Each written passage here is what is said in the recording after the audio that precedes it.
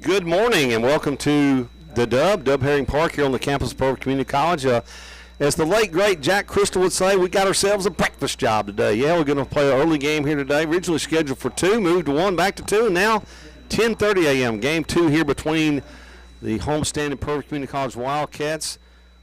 Improved last night to 35-11 with a 4-3 win over the East Central Warriors. They come into today's contest with a record of 22-22. The Warriors coached by Neil Holloman. Coach Holloman in his 13th season there in Decatur. The Wildcats coached by head coach Mike Avalon. He is in his 3rd season here in Pearl River. But Patrick, a classic playoff game last night. You had a little bit of everything except the long ball. The wind had something to do with that. But good pitching from both teams overall, and some good defense and also some blunders, but it made for a very entertaining evening. Yeah, about to say, after the game, Coach Avalon said, outside of the very start of the game and the very finish of the game, they played a lot of solid baseball in between there, and he's spot on. Really the streak that the Wildcats went on yesterday was, I think, jump-started by the great play out in left field by Matt Taylor, a diving play to kind of end an inning and help the Wildcats hold the Warriors just to 1 run there. Obviously kind of a difficult start for the Wildcats, but they battled back. And, this is a team that relies a lot on the long ball. And as you said, the weather, I think, played a little bit into it. Obviously, the Warriors pitching did a good job keeping the ball in the park yesterday. But the Wildcats were still able to manufacture 4 runs, and that ended up being enough yesterday. It did. We're going to take a quick break here on PRCCathletics.com, also WRJWradio.com audio streaming. Take a quick break here, word of a couple of our sponsors. Come back, we'll hear from head coach Mike Avalon. You're watching PRCCathletics.com video streaming live from the Dub in Poplarville, also live audio on WRJWradio.com. Back right after this. Hey neighbors, we want to invite you to Pawpaw's Campers Red, White, Blue, and You Customer Appreciation RV Sales Event. Check out this new 2019 22-foot 4 Winds Class C on a Ford chassis and a bedroom slide-out. MSRP was $92,019, and after dealer discount, it's been reduced to only $63,878. Stock number P1991. Price excludes tax, title, and license. Pawpaw's Campers, having fun, selling fun. Come and see us. At Sonic Drive-In to Picayune, Red Bull fans are in for a treat. Sonic is now offering 4-ounce cans for $1.50, and Red Bull slushes are also on the menu. When it's too warm for coffee, you can now opt for a Red Bull slush. You'll be the envy of the entire pool party this summer when you show up with your Red Bull slush. Sonic Drive-In also has cherry limeade Red Bull slush. It's the perfect combination of this iconic flavor and Red Bull. That's what you get at Sonic Drive-In to Picayune. Destination delicious.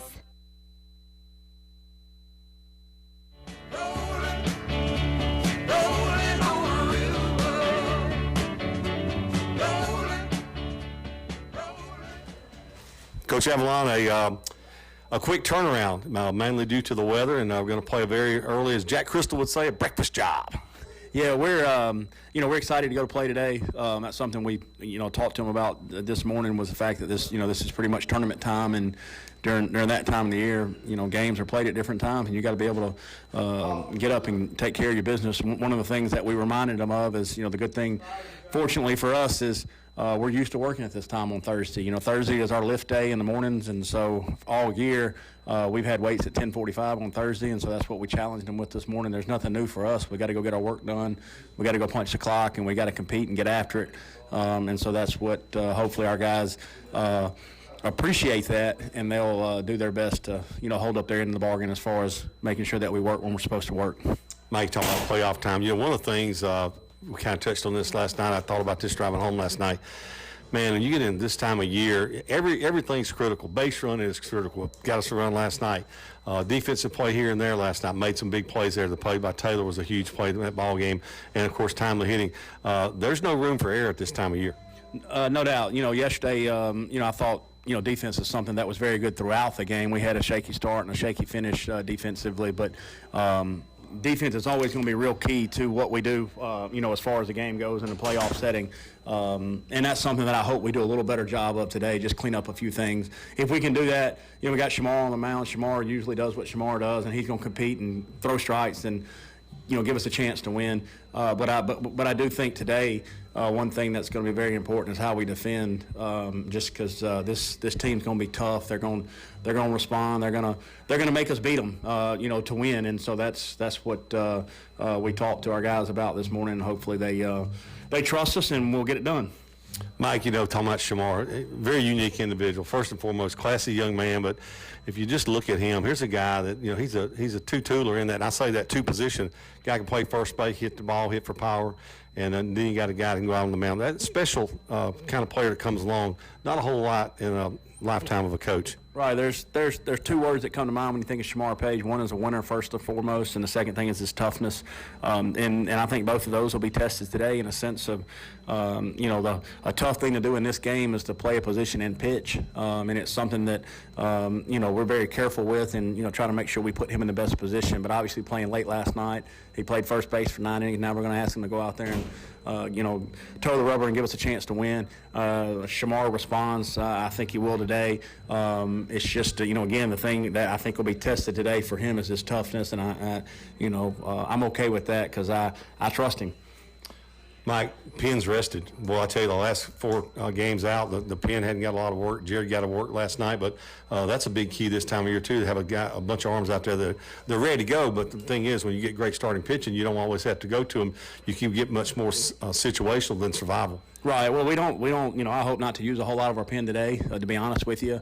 And that's because you expect a solid start from Shamar. But as you mentioned, we're in good shape there. And if we need to pick him up, I think we got the guys ready to do that. But again, hopefully, one of the things that's very important in these type of settings is getting a good start from your starting pitcher. If he can do that, I think it'll kind of settle our waters this morning and give us a chance to, get going offensively. And I think that's the key for today. It's just having a good solid start. If he doesn't, you are correct. We do have guys that are ready to go, and I think they'll be ready to step in and pick him up. Appreciate your time. Look forward to talking to you later today, Coach. All right. Thank you, Mr. Carey, and go Wildcats.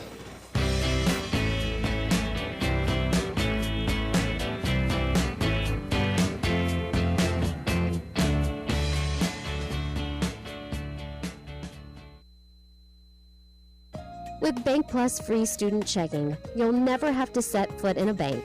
Thanks to robust online mobile features like automatic out-of-network ATM rebates, mobile check deposit, and more.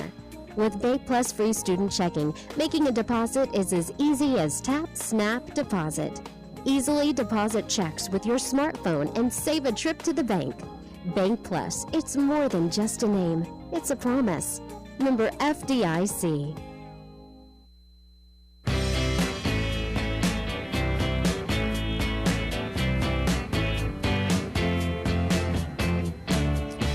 And back here at the Dub, the home of the Poplarville Community College Wildcats.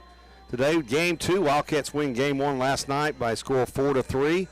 And East Central's lineup today, put out on the field by head coach Neil Holloman, will be this. Leading off in left field for them will be Ryan Cupid. Cupid is a 5'9", 180-pound sophomore from West Monroe, Louisiana. Hitting second, the second baseman, Anderson Shelley, 5'8", 170-pound sophomore from Washington School up in the Greenville area. In the Delta there, beautiful part of the state, by the way. George Fareed will be over at third base. Fareed from Ontario, Canada, by way of St. Aloysius and Gonzaga. Hitting fourth, boy, good ball player. They got some good ball players. This is a great ball player. Ken Scott, the right fielder. Numbers on him quite impressive. Scott, the sophomore, he stands 6'2" tall, weighs 185 pounds. He's from Clarkdale High School in the Meridian area. And just real quick, give you the numbers on him. 431 average, 8 home runs, 32 RBIs. He's got 62 hits on the year. He has 16 more hits than anybody else on the roster for them. He's a good one. Made a great play in right field last night as well. The catcher in the 5 spot will be Alex Hay. Hay, 6'2", 200-pounder. He's from Lewisburg High School. Hitting 6 for them will be the center fielder Coco Kennedy. Kennedy, a 5'10", redshirt freshman from Choctaw Central High School in the Philadelphia, Mississippi area. Will Ross, who came on and pitched in relief last night. Ross will be over at first base today for East Central. Ross hails from Hernando High School. He's a 6'1", 215-pound sophomore. Hitting 8th will be the DH, Eli Harrison. He's a 5'6" freshman from Newton County. And hitting 9th will be Jay Johnston. He is the shortstop. And Johnston, he hails from Lake, Mississippi. He's a sophomore. And that's how they will start today against Pearl River's Shamar Page. Page on the mound for the Wildcats. Last 2 outings have bbeen quite impressive for the sophomore from Raleigh. A 9-inning complete game, then came back with 7 innings last time out. ERA on the year for Page, 3.25. 7-1 record. This will be his 13th appearance today, his 12th game to start. 61 innings pitched, 72 strikeouts. Opponents hitting at a 193 against Page.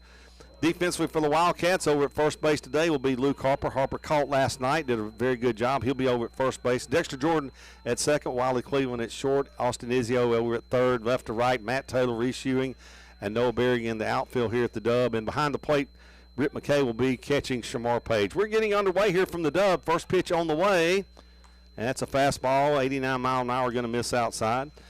Wind today, well, kind of like we left it yesterday. It's kind of blowing in from left center, kind of across the field at times. We'll have a little crosswind. Wind's not going to help get one out of here today, that's for sure. 1-0 pitch, swing and a miss. Fastball, letter high, and count will go 1-1 here to Cupid. It'll be Cupid, Shelley, and Fareed for the Warriors. Pitch on the way, fastball, slap foul between the third base coach's box and the bag over there on the left side. That, of course, the left side is the dugout that the Wildcats have hung their gear in here, as they always do at the Dub. East Central setting up shop over in the first base side to our right here at the Dub. So Page up 1-2 in the count here to Cupid. Fastball going to miss outside, 90 miles an hour. Velocity right up there where it normally is with Shamar Page. 2-2 pitch upcoming. McKay going to flash a sign here. Page gets it, rocks, fires, delivers, and that fastball is going to miss up high, and it's a full count.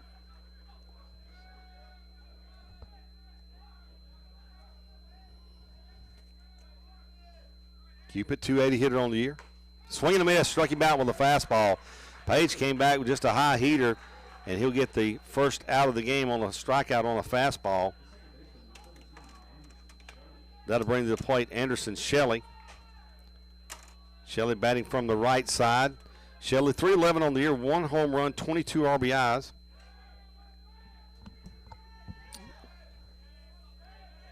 First pitch on the way, hit up the middle. That's going to be in for a base hit. So first pitch swinging, 88 mile an hour fastball, and Anderson Shelley gives the Warriors a base runner, Patrick Oates.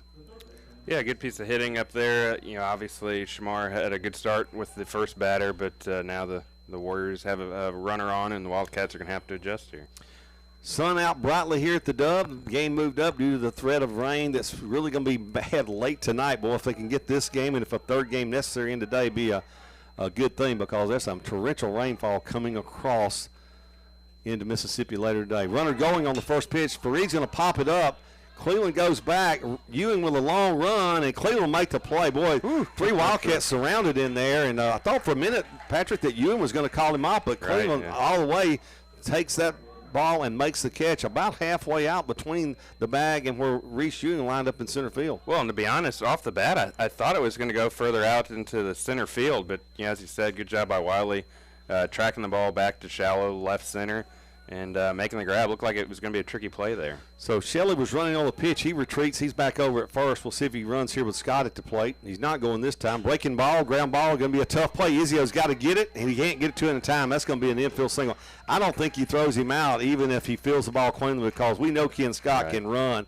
Well, what a great athlete he is, man. He showed it last night with the play made in right field, the earlier doubleheader we had against them here at the Dub. That guy's got a great future in baseball. Well, and that was basically a perfectly placed chopper there to the left side. That was going to be difficult for anybody to make, regardless of if Izio fielded it cleanly. That'll bring to the plate the catcher, Alex Hay. Hay last night, boy, his first time up, he hit a rocket down the left field line, a ball that was slicing away. One run had already scored, and had not Matt Taylor extended himself and laid out and made a catch, it would have been an RBI for Hay. But fortunately, Taylor made that catch, and that played into that ball game last night as the Wildcats won by 1 run, 4-3 in game 1. So Hay bats here, 2 runners aboard, 2 outs, pitch on the way. Fastball just above the knees for a strike, 89 mile an hour. Home plate today is Glenn Posey. Donnie Smith, who was behind the plate last night, he moves over to third base, and over at first base will be Bill Sterrett. 3-man crew here for the playoffs. Page working an 0-1 count. Pitch on the way. Swing and a miss. Strike 2. Ball busted down in the dirt there. Boy, good bite on that ball. So Page out quickly in the count. I got him 0-2. Now see what the umpire, the board's got 1-1, and we'll see what the umpire flashes up. I think it's 0-2. I think he called that first pitch a strike above the knees. Pretty sure that's what Posey has on his clicker. I'm going to go with 0-2. If I'm wrong, won't be the first time. 0-2 pitch. Patrick, watch it now. 0-2, 2 outs, 2 runners to board. Page with a long look. He'll finally come to the plate. And timeout called by late timeout. Yeah, that was a slider. Good pitch by Page. He didn't waste any pitches there. Came right at him. I'm pretty sure he called that first pitch a strike. I'm going to stay with that until I'm told different, which may be here real quick. Mark back with us today. Mark Franklin covering the Lady Wildcats' big win over Jones last night in the MacJack State Tournament for softball. Page pitched to the plate in the dirt. Boy, good job by McKay keeping that ball in front. Let's see if the umpire's flashing here. Well, he's not flashing different, so maybe he does have a 2-1 count. No. He's saying 2-1, so I could have swore he called that first pitch a strike. So 2 balls and a strike. I thought he rung him up. So 2 outs, 2-1 count to Alex Hay, the catcher. Runner at second is Shelley. Runner at first is Scott. Page from the stretch.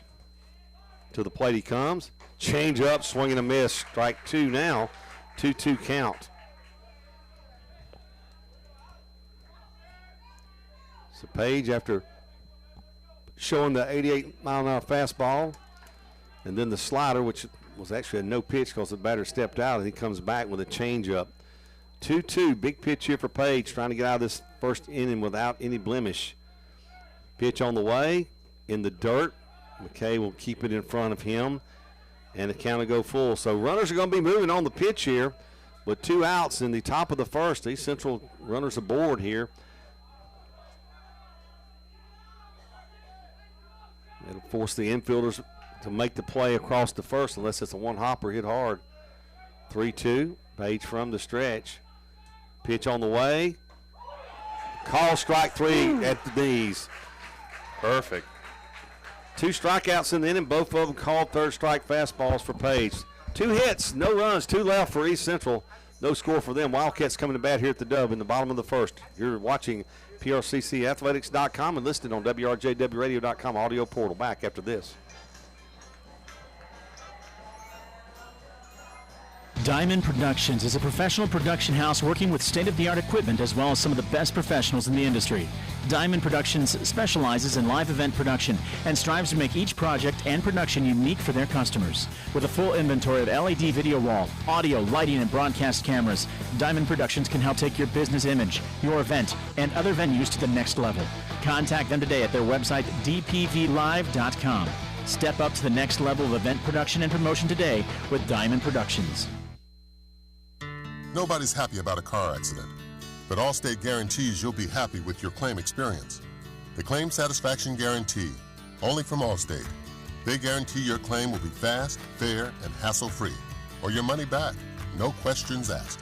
It's another way Allstate is changing car insurance for good. For a free quote, call Allstate agent John Pocket today in Picayune 601-798-7005 and Poplarville 601-795-2700. Subject to terms, conditions, and availability. Premium credit varies based on vehicle involved. Allstate Property and Casualty Insurance Company.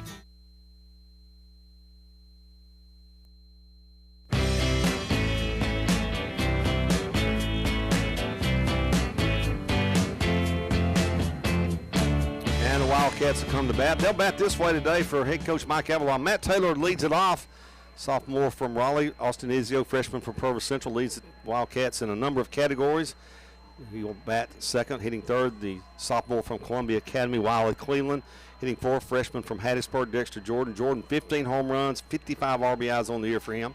Reese Ewing, the freshman from Faith Academy, penciled in at center field today. He'll hit fifth.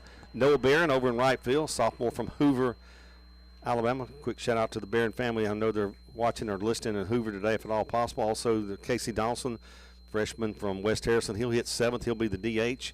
Britt McKay, the freshman from Ocean Springs, will be behind the plate for the Wildcats. And Luke Harper did a great job last night behind the plate for the Wildcats. Had a single, also had a bases-loaded walk. Did a good job catching last night behind the plate. He will be over at first base. He is from Northeast Lauderdale. He is a sophomore.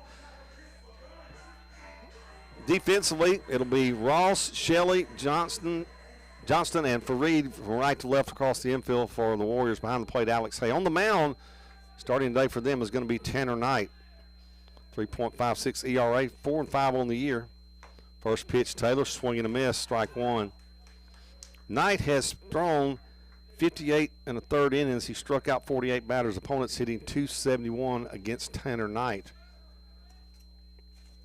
Next pitch, fastball, misses a little bit outside. Knight, 6'5", 175-pound freshman. He hails from Eupora High School.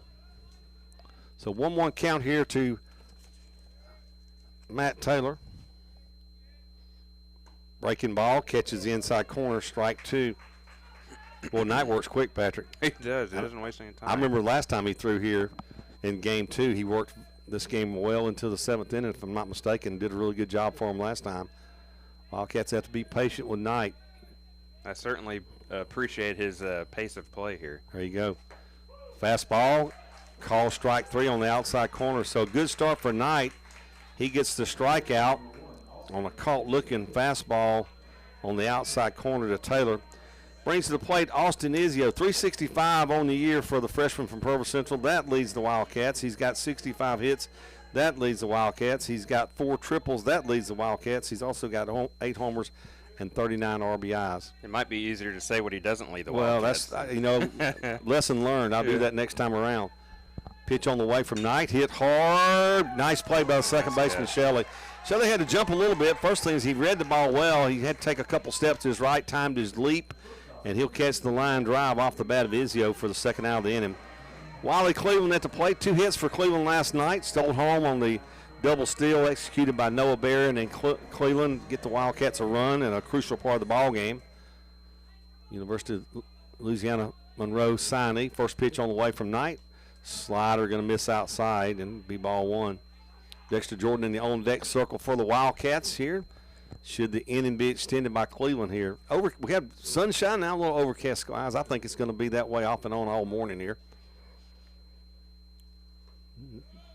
Misses outside with that off-speed pitch. Looks like the wind's basically acting like it did yesterday for the most part. Yeah, I commented on that early in the game. I said, it'll blow at you, then it'll go across. It's in and away. Like, make up your mind. It's kind of in, it's away. What are you going to do? Dated a girl like that about 39 years ago, I think.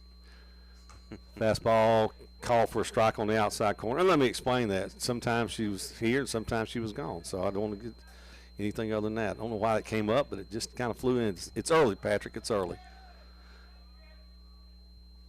2-1 pitch. That's going to miss outside. So 3 balls and a strike here to Wiley Cleveland. Cleveland 349 on the year. 10 home runs, 48 RBIs. He led the Wildcats in RBIs for when they were in those 30s and 40s, and then Jordan got hot and started pounding it out of the park. Those RBIs accumulated fast. Call strike, outside corner, good location, 87-mile-an-hour. Tanner Knight paints the outside corner, and the count will go 3-2. They play Cleveland pretty much straight away. Second baseman Shelley shaded just a tad bit toward the bag at second. Shortstop, just a couple steps. Yeah, just a tad. To his right. Cleveland's going to slap this one foul out of play. Wildcats wearing the black jerseys today, I guess, with, as you call it, the black, the gold trim, and then East Central last night had pinstripes and gray. They go white today. Sun back out here at the Dub. As I said, if I call every time that happens, we're going to be here a long time. I'll just let you know, if you're watching, it's in and out. If you're listening, I don't guess you really care. But I want to keep you abreast of that. Payoff pitch once again. Tanner Knight's delivery on the way. Changeup popped up right side. Going to be a long run for the second baseman near the line. That ball is going to be bobbled and dropped. Well, what a great effort by the second baseman, Anderson Shelley. He ran all the way over to the fence there. We got the concrete pillars around that and went to his knees, had it, but I think when he made contact with the fence, he's unable to keep it in his glove. Yeah, absolutely. It looked like he was kind of coming down as he was getting close to the fence, and as you said, I think he kind of landed on his knees, and as his body lunged into the fence, the ball popped out. Great effort there by Shelley, the second baseman. So Cleveland's at bat will continue here. Knight looks in, gets a sign from Hay. Payoff pitch on the way. Popped up behind second base. Shelley's going to call this a much easier. Well, actually, shortstop's going to call him off. It'd be more to the left side. So the shortstop, Johnston, make the play, and that'll do it. Nothing to do for the Wildcats here in their half of the first here as they go in order. We played one complete here from the Dub Herring Park in Poplarville on the campus of Perth Community College. We got ourselves a scoreless ball game. We'll take a break. Be back right after this.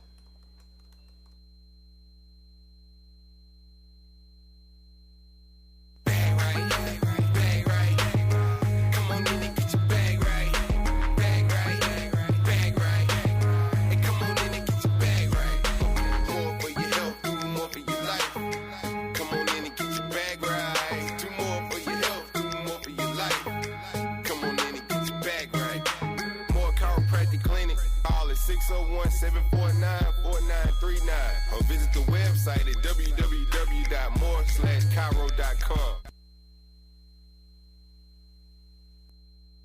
Pearl River Community College is home to over 42 career and technical education programs, an outstanding faculty, and 2-year academic pathways for students interested in pursuing a bachelor's degree. Affordable tuition and scholarship opportunities for athletics, fine arts, and academic achievements make Pearl River an excellent choice for students. With multiple locations, flexible scheduling, and online courses, PRCC is prepared to assist students with reaching their educational and career goals. Come join the Wildcat team and enroll with the Maroon and Gold.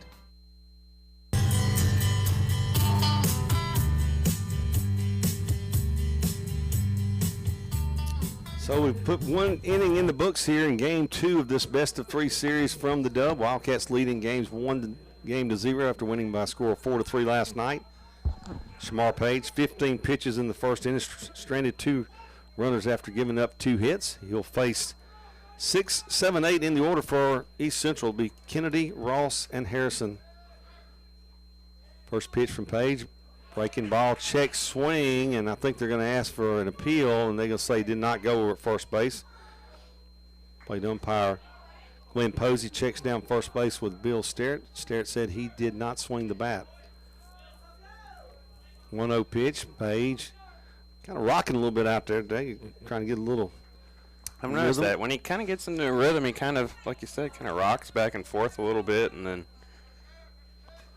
1-0 pitch, fastball, catches the outside corner, and count will go even. You know, that sometimes athletes get music in their head or something, and their body reacts whatever to that. gets them in the zone, and in a way.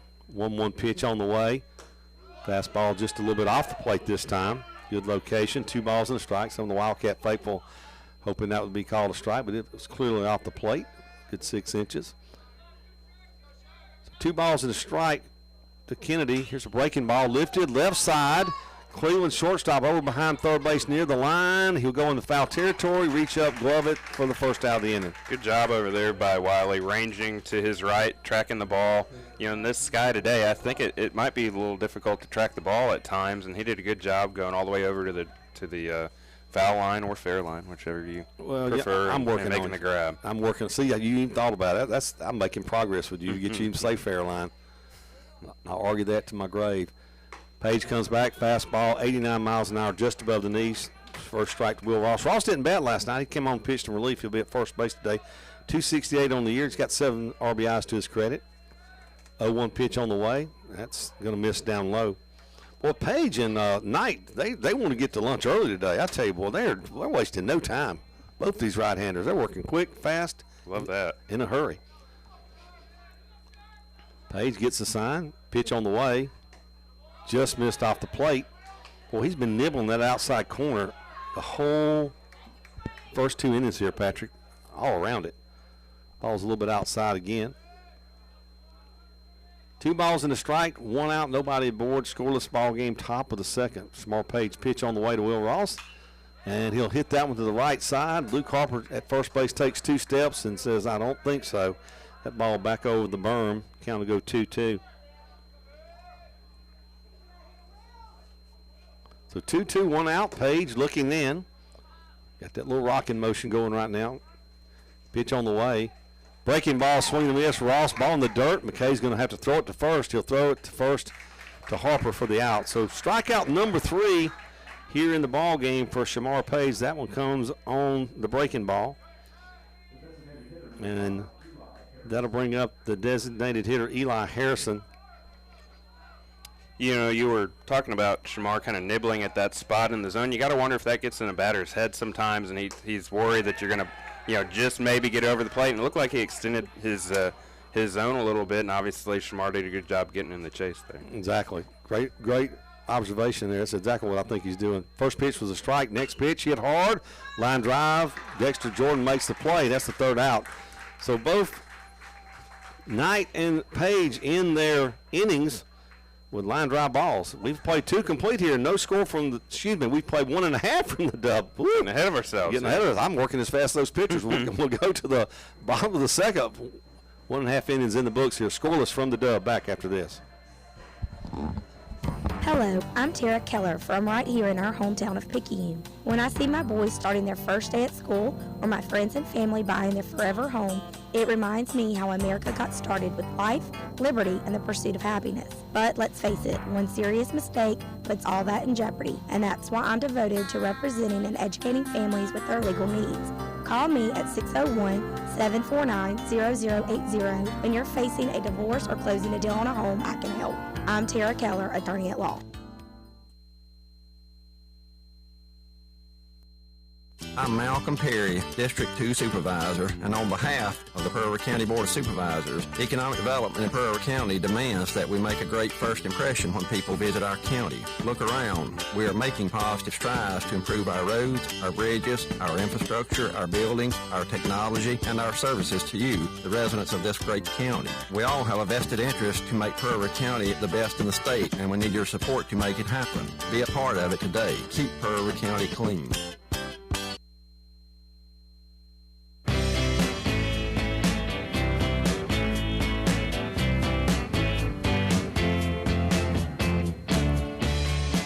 Dexter Jordan will step in for the Wildcats to start the bottom of the second. He swings at like a straight change that time.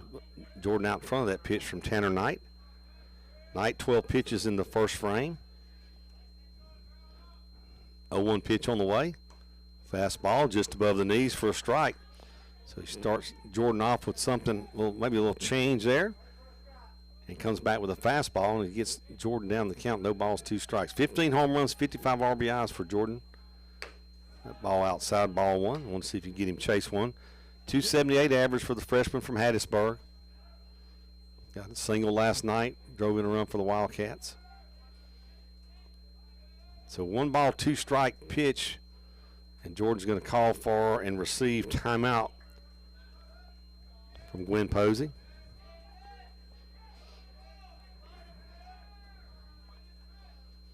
Here's a line drive, base hit in the left field. Just out of the outstretched diving Jay Johnston. Boy, Johnston almost got that ball, Patrick. I mean, he was so close to gloving it. Yeah, he almost came up with a web gem of his own over there. Yeah, I was just thinking with Dexter at the plate, you know, the Wildcats have a couple guys there. It's almost like a appointment television or must-see TV. Like every time they come to the plate, you're curious, okay, what are they going to do? Because, you know, with one swing of the bat, they can bring the crowd to its feet. Good job of hitting there by Dexter going through the left side to get on base for the first base runner for the Wildcats. Reese Ewing scored a run, had a base hit last night for the Wildcats, freshman from Faith Academy. 304 average on the year, 8 home runs, 38 RBIs. He'll bat from the left side here tonight. Going to throw the first quickly. Jordan, head first slide back in there safely for the Wildcats. Dexter, 5 stolen bases, caught stealing once. Fastball misses outside.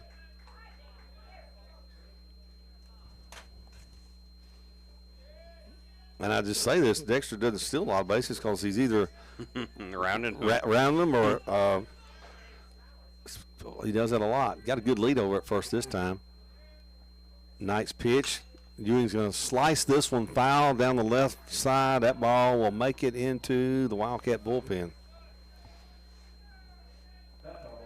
Reese is another one of those guys. Just you never know. Whenever he comes to the plate, you know, he's got a chance to bring the crowd to his feet. He showed showed his power last week, right, with sending a couple over the batter's eye and just to the left of the batter's eye. So he's definitely one to watch. Also known as the Big Okie out there in center field, throw to first base. So I got you saying Fairline intermittently. I'm working on the Big Okie. That's the next one between now and next time around here at the Dub. I'm about to cut this feed. All right. 1-1 count here to Reese Ewing. A runner at first. Jordan single to left to start it off. He's going to hit a ground ball back to Knight. He's going to go to second to the shortstop for one. Relay to first, double play. Good job by Tanner Knight making that play. He goes 1-6-3, gets the twin killing. So Jordan's erased on the force out at second base. And a good job by Knight. Didn't get in a hurry, boy. He positioned himself well, turned, made a really good throw, and Johnston came across. Our view made it really beautiful. You see him lead him. He led him across the bag there, and Johnston came across, looked like a receiver running a route, caught it, drug the foot across the bag. Good relay to first to get the double play. Noah Barron at the plate for the Wildcats. Had a single last night. Made a couple good plays. The first pitch outside. I think back to, I kept talking about the lead he got at first, and I found out after the game that was planned. I was like, I've never seen Noah get this big a lead. So nobody aboard, 2 outs. Barron the batter here for the Wildcats. Pitch on the way from Knight. That's in there for a strike on the outside corner to count to go 1-1. 316 on the year for Barron. 7 home runs, 41 RBIs. It's funny. It seems like every time we talk about these guys not stealing a lot of bases, they take off. Exactly. Barrett hits this one. Third baseman for Reed grabs it. Throw across in time to Ross at first for the out. So 3 up, 3 down. Wildcats go in order for the second inning row here against Tanner Knight. We have now played 2 complete the Dub scoreless ball game. We'll come back right after this. At Sonic Drive-In in Picayune, your food is always made to order the way you like it. The full all-day menu includes burgers, chicken, conies, wraps, toaster sandwiches, breakfast burritos, tater tots, onion rings, Sonic Blast, banana splits, and much more. And it all starts with a little red button at Sonic Drive-In of Picayune on Highway 11 just north of Highway 43 North. Happy eating at its best. That's what you get when you push the red button. Destination delicious. All day long at Sonic Drive-In in Picayune. Reiser Medical Associates works with healthcare plans to ensure you get the most benefits possible. Reiser Medical Associates and Picayune Health Services are partnered to provide services from Magnolia MS Can and United Healthcare MS Can to ensure that all the children in our community get all of the necessary preventative health care and immunizations they need to stay current with state health guidelines and be as healthy as possible. Reiser Medical Associates, your trusted healthcare provider for over 36 years, right here in Pearl River County. Reiser Medical Associates, we understand you.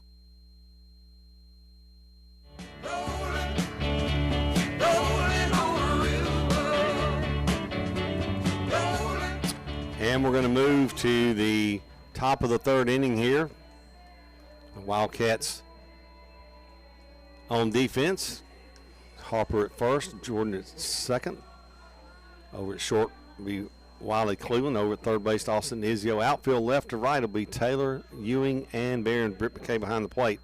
Page 23 pitches as he will throw 9-1-2 here in their order. It'll be Johnson, the shortstop, then back top the order with Cupid and Anderson Shelley. First pitch on the way. Slider going to miss just a tad bit high, I think. Scoreless ball game. 2 hits for the Warriors, 1 hit for the Wildcats. Here's one off the hands, back into the screen, and I saw Mark Franklin, who's out on the camera for us today, flinch. Johnny on the spot. Johnny on the flinch. I saw him. Oh, flinching there. So 1-1 pitch here. Page on the way with it. Breaking ball, caught the inside corner, backdoored him with a good curveball there.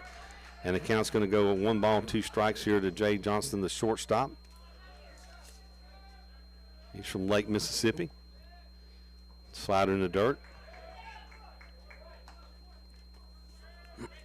Talking with Miles Smith yesterday after the game during the post-game kind of interview session, he had a couple interesting comments, I thought. One was that, he said coming in, and obviously we kind of saw it. Fly ball left field. Taylor over near the line, drifts over, and he'll make the play 1 step from the line for the first out. Go ahead, Pat. Obviously, we saw it, but it was more in the field that they had issues in the first inning. But he said, he came out and he wasn't quite feeling, his best. He knew he wasn't just going to be able to whip 91, 92 past guys. He was, as he said, going to, quote, actually have to pitch. And he did a good job locating his pitches, rotating through. He's got 4 different pitches he throws, because that one's a little high. And, he was able to really challenge batters, and obviously 9 strikeouts, only gave up, 4 hits, I think, 3 hits and 1 walk. I mean, he was really dialed in when they were fielding the ball cleanly behind him. 1-1 pitch after that pitch fouled off by Cupid. The thing, I talked to Miles on the air, and then afterward I spoke to him briefly. He said, he told me over here after we did the interview on the dugout side, like you said, I didn't feel real good, Mr. Carey, but he said, I felt like I pitched well. I said, well, you did.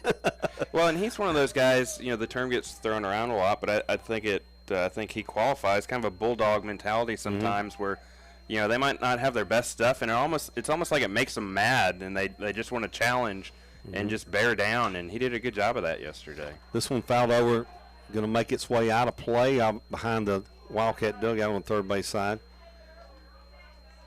And, velocity was good on the fastball, but he said himself in postgame, I couldn't spot it like I normally do. And boy, his curveball and his slider last night, which he throws slider about 90%. He'll throw a variation of that slider. His slider last night was as good as it's been all year. Yeah. That was his go-to pitch. 2-2 on the way.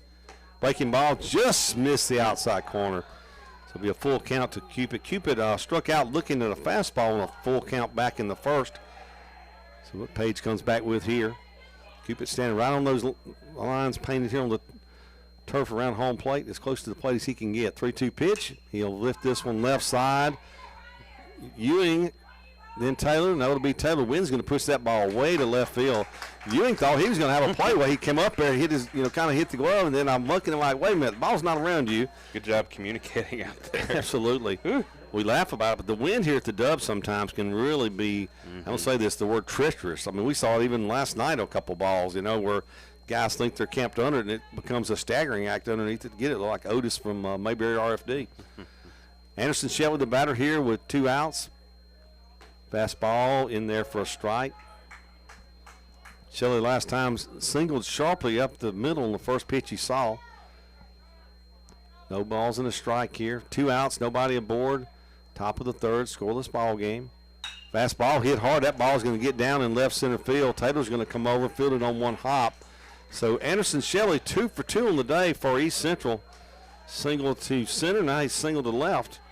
And they'll have a runner aboard with 2 outs for George Fareed. Fareed, first time up, popped up the little flare that Wiley Cleveland had to go back about halfway towards center field to make the play over in left center field. Fareed on the year, 254 average, 1 home run, 20 RBIs. Page working here from the stretch. He'll throw to first base, and back in time is Shelley. Shelley, 18 stolen bases on the year. He only trails Ken Scott in that category. He's only been caught stealing 1 time, so we know he got a good lead over there too. He's not going. Breaking ball, misses a little bit low from Page. Should a game 3 be necessary, there'll be a 30-minute pause, and then we'll get right back at it. If the Wildcats win, they'll advance to the region tournament to be held next week up in Fulton on the campus of Itawamba. 1 ball, no strikes. Page from the stretch. To the plate. Ground ball. Jordan, big hop. Throw over to first in time. Making it look easy. Making it look easy. So Wildcats get out of another man on base situation. And we have played 2.5 here. And it's scoreless. We'll go to the bottom of the third. Back right after this. The Citizens Bank team is always ready with winning solutions to help you reach your financial goals. Conveniently located in Columbia, Tylertown, Magnolia, Sumrall, Seminary, Bellevue, and Laurel, we invite you to talk with a member of our team today. Proud supporters of PRCC Baseball. Citizens Bank, member FDIC.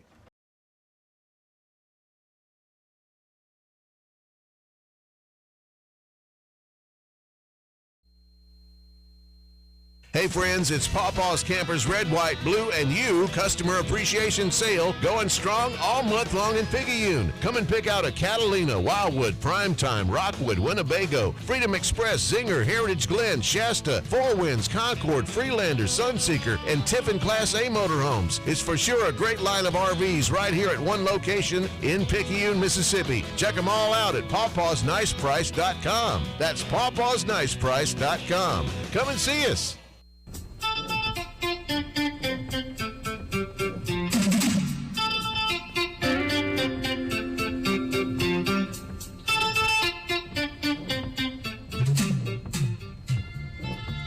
For the Wildcats, leading off the bottom of the third will be Casey Donaldson. First pitch in there from Tanner Knight for strike. Knight just threw his 22nd pitch of the ball game. Wildcats went in order first two times up, so it'll be 7, 8, 9 the order. Donaldson, McKay, and Harper due up. Three left-handers in a row to face the right-hander Tanner Knight, and Donaldson asked for timeout. Donaldson, 296 hitter on the year, 10 home runs, 32 RBIs. Change up. Just missed off the plate, I believe. Yep, good eye there. By both you and Casey.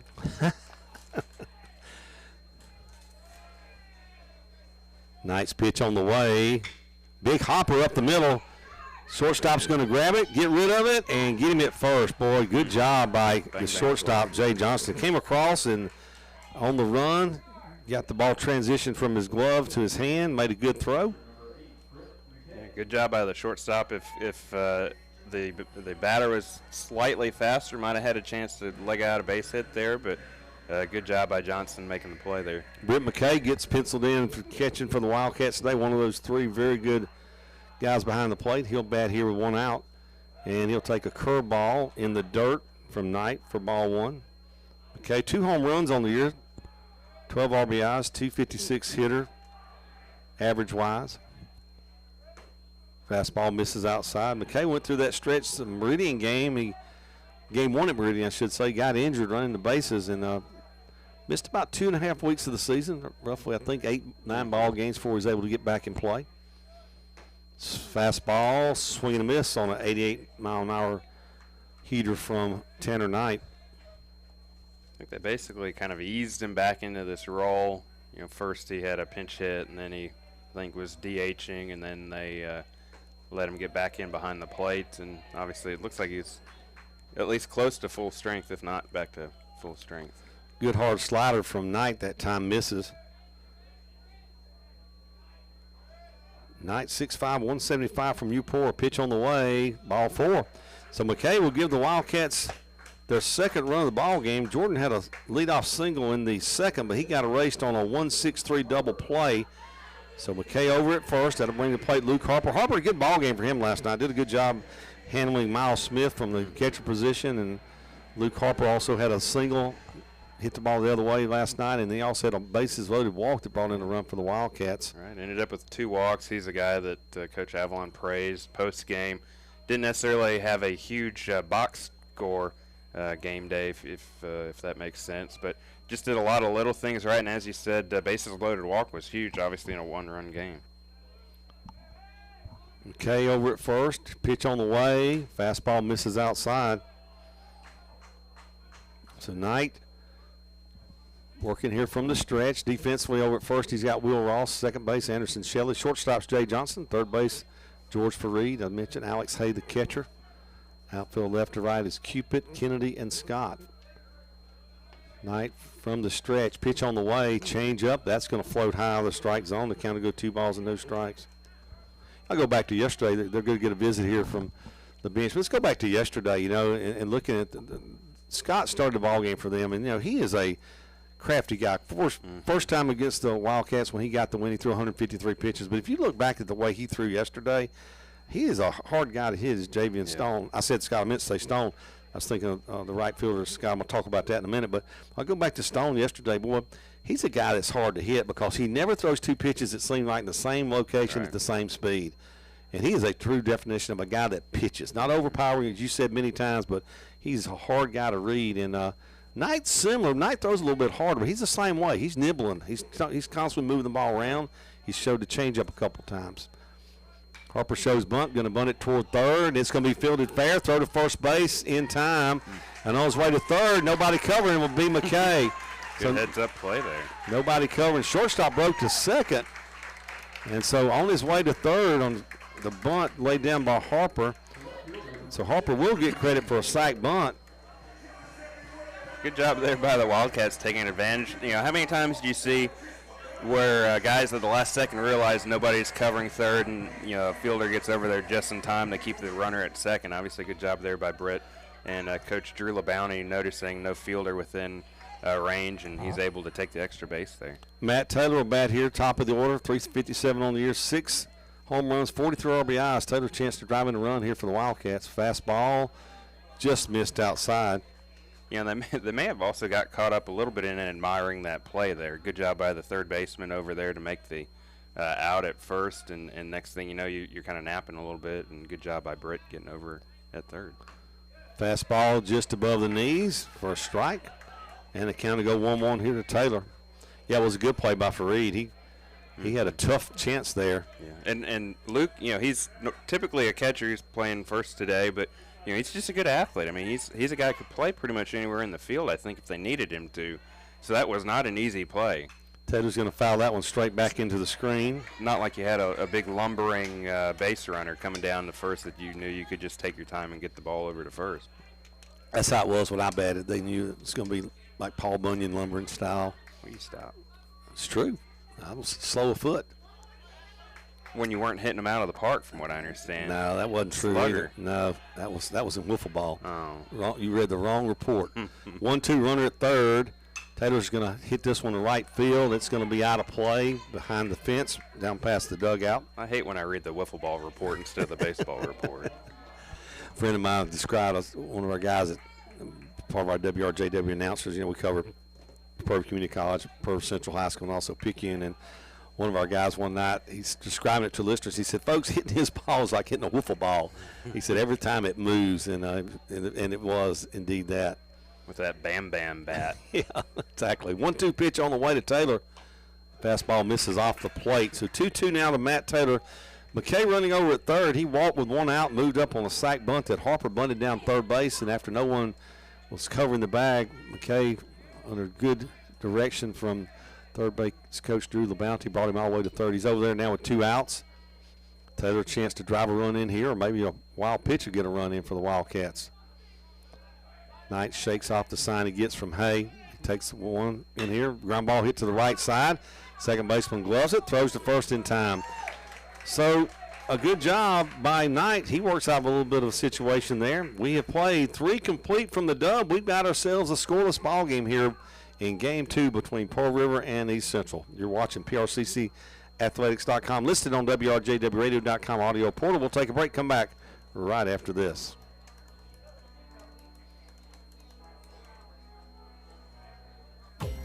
Riser Medical Associates is working directly with Humana to provide the highest quality care for their Medicare Advantage members. When you want someone who understands your medical coverage, you can trust Riser Medical Associates to ensure you are getting the best possible coverage from your Humana plan. At Riser Medical Associates, we are here to provide you with quality health care and information on what's best for you in providing services offered by the Humana Medicare Advantage. Your trusted healthcare provider for over 36 years, right here in Pearl River County. Riser Medical Associates. We understand you.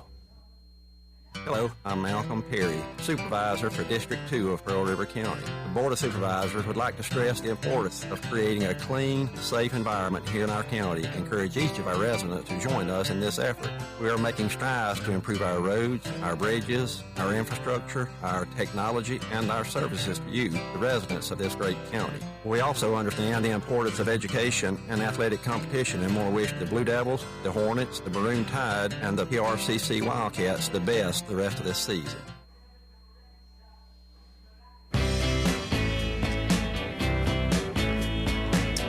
And Patrick Oates, before we get this inning started, can give us an update from the JUCO Weekly Scoreboard. Yeah, so a quick recap from last night to start off with. Northwest beat Northeast 9-5. Gulf Coast came back and beat Meridian 8-10, and Jones beat Hines 10-4. And obviously we know Pearl River Wildcats won 4-3 yesterday. As of today, we've got a couple games going on here early.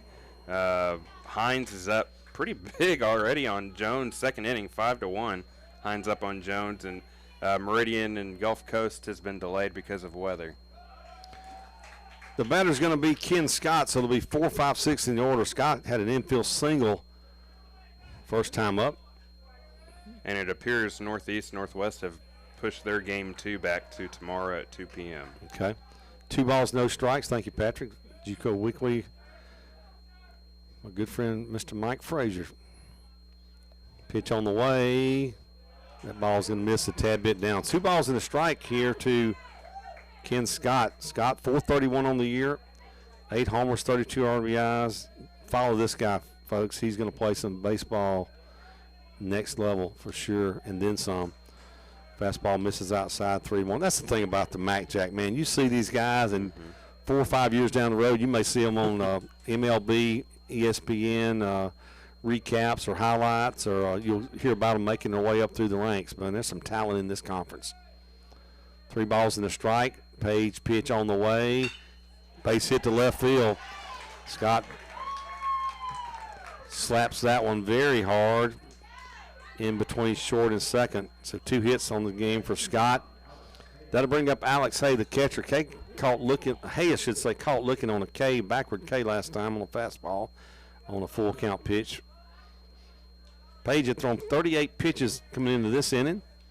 He had recorded 3 strikeouts in the game. So let's see if the Wildcats can get a ground ball here. I would venture to say Hay might be bunting right here. Izio in at the corner over at third on the edge of the grass. What do you think, Pat? Bunt time? Could be. He's swinging away. Breaking ball, just missed. Boy, Page can't believe that call. He kind of shrugs his shoulders as he gets the throw back from McKay, the catcher. Good location right there. But home plate umpire, Mr. Posey, didn't think so. That's what counts. The guy in the blue shirt and the gray pants. 1-0, throw to first base, and back in standing up. She'd been back in with the head first slide, I was going to say. Well, Scott, he's an athlete. All those numbers I gave you, he's also stolen 19 bases, only caught 3 times, leads them in that category. He's from Clarkdale, sophomore, 6'2", 185. Page from the stretch. Runner not going. Here's a ground ball. Harper's going to glove it. He'll go to second for 1. That's all they're going to be able to get, or are they? They throw back to first, not in time. Boy, good job by Page getting what a play by Luke Harper. Yeah, Here's a guy who can catch, play first base. He can pitch. He can play an outfield. And, boy, he saved a base hit right there. That ball hit on the nose by Hay. And Luke had to reach across his body and made a good throw to second to get the lead runner. Pretty agile play over there at first, like you said. Kind of wishful thinking. I'm a little surprised they even attempted to get the out back at first. But, I figure why not if you think you can do it. And obviously they had a fielder over there just to snag the ball just in case. Coco Kennedy will be the batter here. 1 out, runner at first. Page working from the stretch. Pitch on the way, breaking ball. Belt high. I'll leave it at that. Ball 1. Thought the umpire last night, first game was a little tight. He kind of loosened up as the game went along. That might be the case for Posey here. So 1 ball, no strikes to Coco Kennedy, 1 out, runner at first. Hay just reached on that fielder's choice that forced out Ken Scott at second. Scott had let it off with a single. Page didn't like the way he felt, so he steps off the back of the pitcher's plate.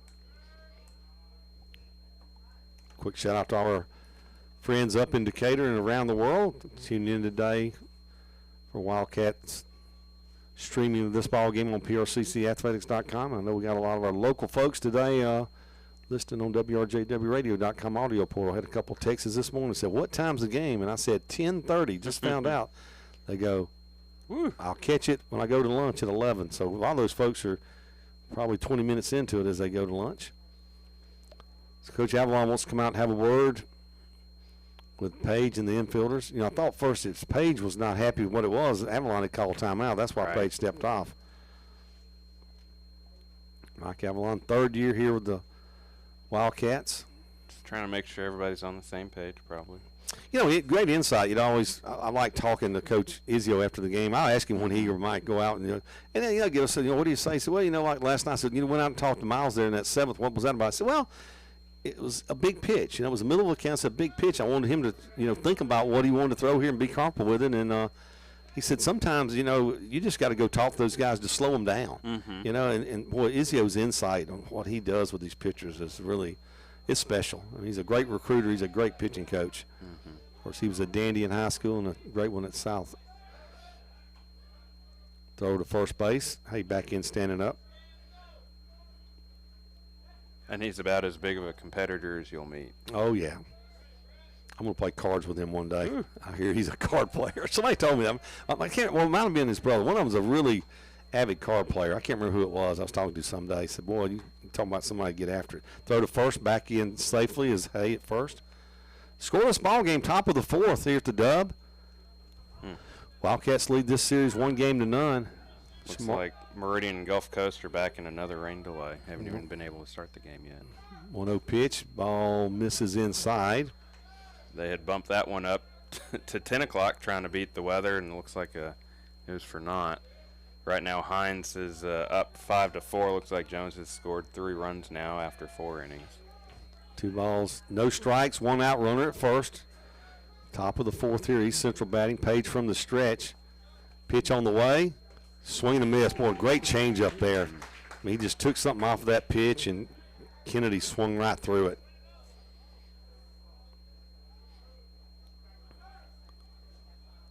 Shamar Page looks in to Britt McKay. Gets a sign. He comes set, hands in front of the belt. 2-1 pitch on the way. Breaking ball is going to miss outside, and the count will go 3-1.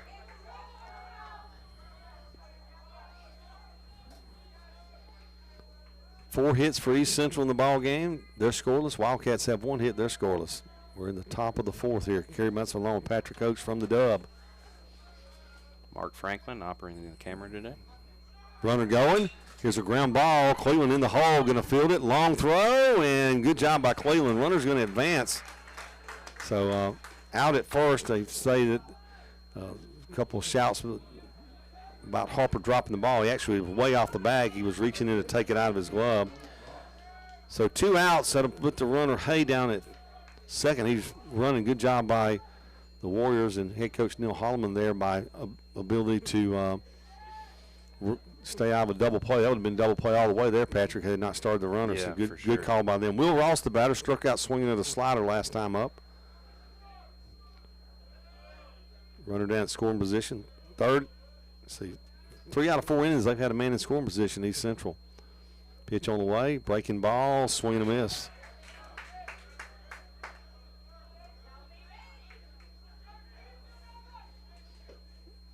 Ross from Hernando. Good reliever for them, 6'1", 215-pound sophomore.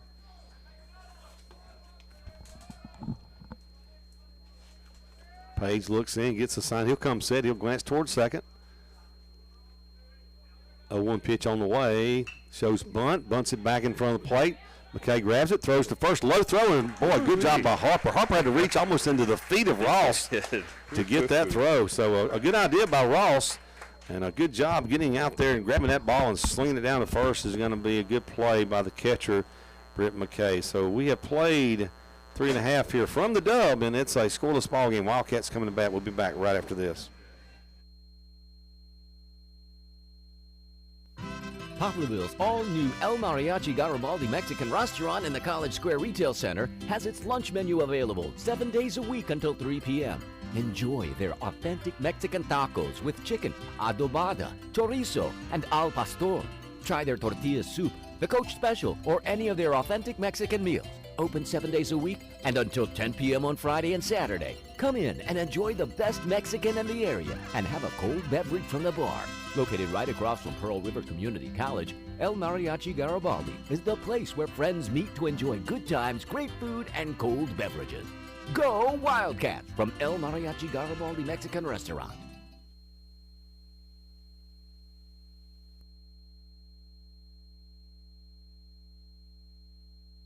When you wake up with an aching back or sore neck, Dr. Debbie Moore with Moore Chiropractic Clinic suggests you consider making simple changes in your sleeping position to alleviate unnecessary strain on your body. According to the American Chiropractic Association and Dr. Debbie Moore, it's best to sleep on your back or side because laying on your back or side allows your head, neck, and spine to relax into their natural alignment. This will help you wake up pain-free and feeling rejuvenated. Moore Chiropractic Clinic. We've got your back.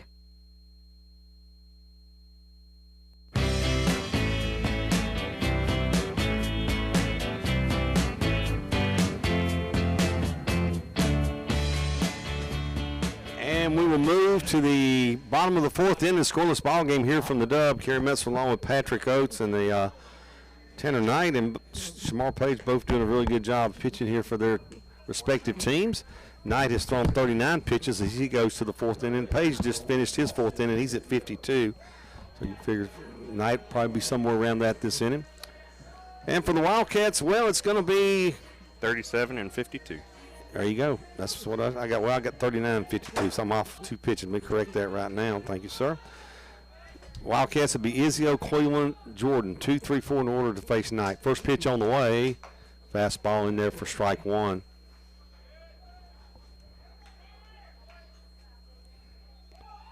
Well, overcast skies right now here as we into the bottom of the fourth. Knight's next pitch. That ball is going to miss outside, and the count's going to go 1-1.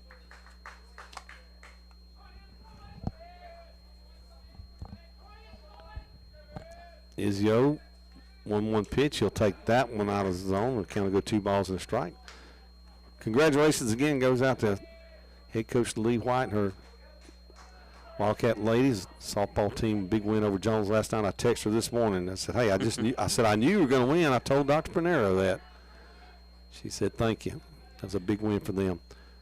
Izio's going to foul that one back into the screen. Well, along those same lines, if you haven't already, go check out our Facebook or Twitter accounts, PRCC Athletics on both. Mark Franklin did a good job. He was in the dugout for the final out, captured the emotion of it all, getting the big win from the dugout after that last out as the girls kind of poured onto the field in celebration. 2-2 pitch, breaking ball. Izio's going to roll over it and pull it down the third base side out of play. Yeah, that was a very good job, Mark's story, everything. I enjoyed reading it late last night. Mm-hmm. Good job there by old Marco. 2-2 pitch. Izio leading off the fourth frame here for the Wildcats. Hits it towards second base. Shelley with a good play to his left. Throws it from the outfield grass to first for the out. What's a nice play by Anderson Shelley at second base. They're just gobbling up anything that's on the infield right now. Up the middle, they're doing a great job. Making it look easy right now. Yeah. Wiley Cleveland will be the batter. He flew out to the shortstop. Cleveland, sophomore from Columbia Academy, University of Louisiana Monroe signee. Guy can play outfield, play just about any position in the infield. Knight, first pitch fastball, misses inside.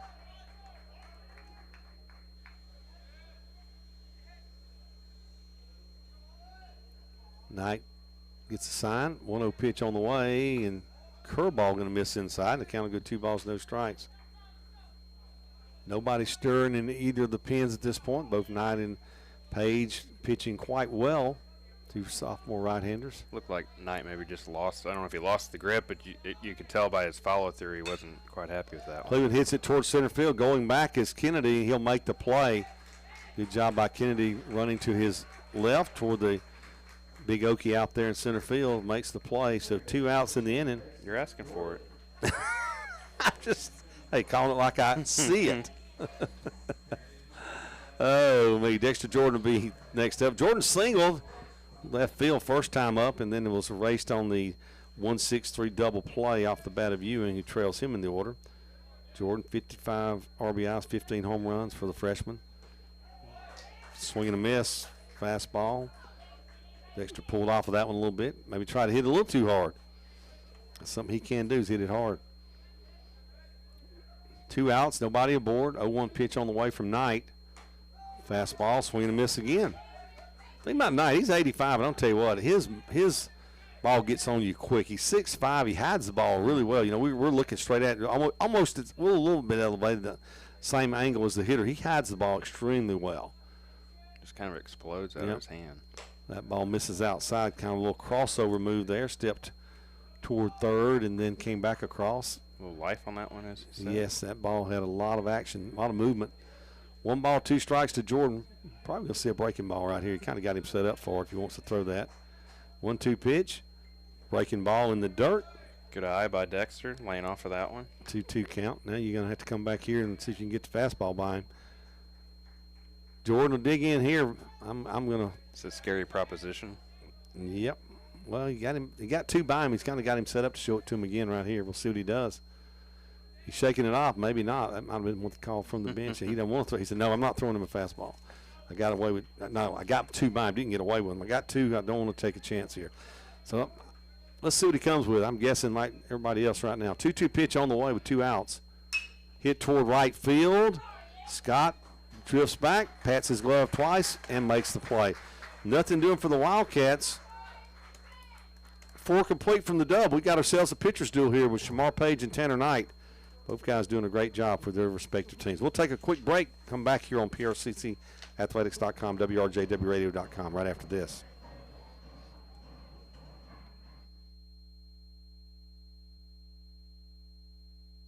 Nobody likes to feel blue, especially when it comes to your health. But when you hear blue, as in Blue Primary Care Provider, you will receive the best from your local Blue Primary Care Provider, James M. Reiser, MD. If you are enrolled in Blue Cross Blue Shield of Mississippi or Federal Employees Program, Reiser Medical Associates may be able to provide you with extra benefits that would not be available otherwise. Why be blue when you have access to the best possible care from Blue Cross Blue Shield? Blue is good for you at Reiser Medical Associates, your trusted healthcare provider for over 36 years.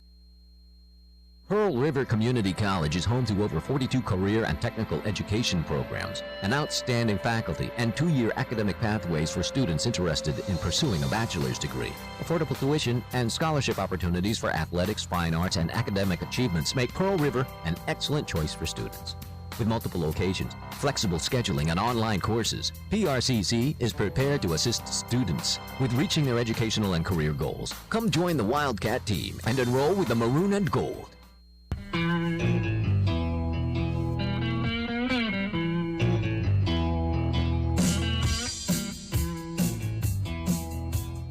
And we're going to go to the 5th inning here from the dub.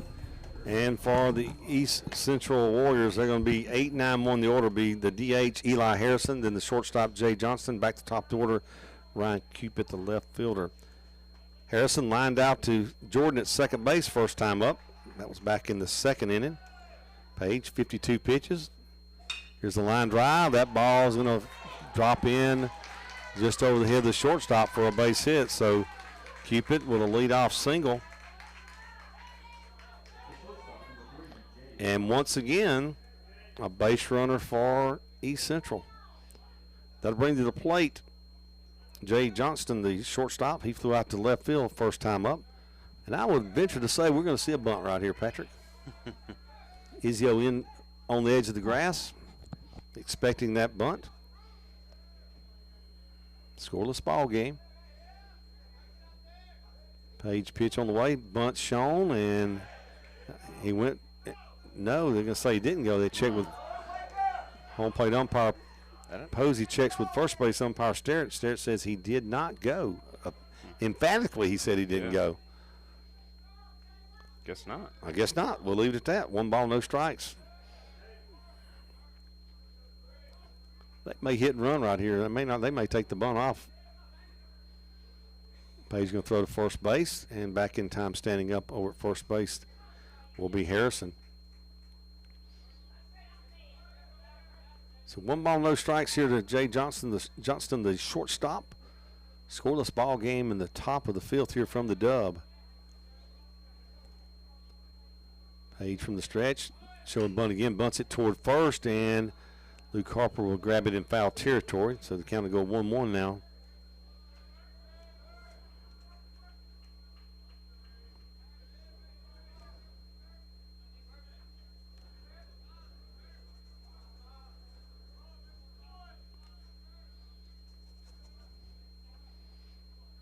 Yeah, let's see what they do right here. If he bunts again, or I know they like to hit and run a lot. They've shown it in the previous 2 games in the regular season and last night. Shows bunt early.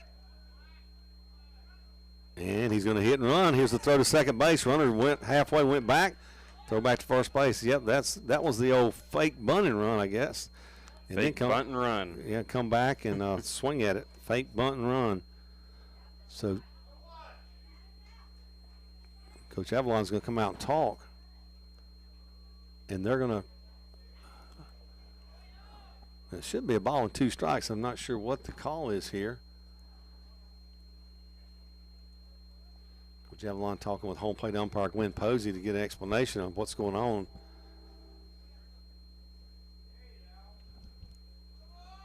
Now he's going to walk to the right toward first base dugout, talk to East Central head coach Neil Holloman.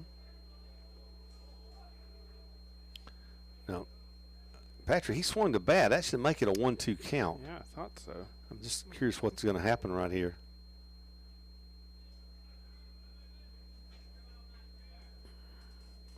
Did he call Johnston out? I think he called him out for batter interference. I think that's the call. He called him out. That's what it is. They even though the runner didn't steal the base, he was attempting to steal. So he's called out for batter interference for the first out of the inning. That's a huge break. Out there. Well, I tell you, that's a huge break there. So, batter interference on Johnston. Now Coach Avalon wants to come and talk to the umpire again.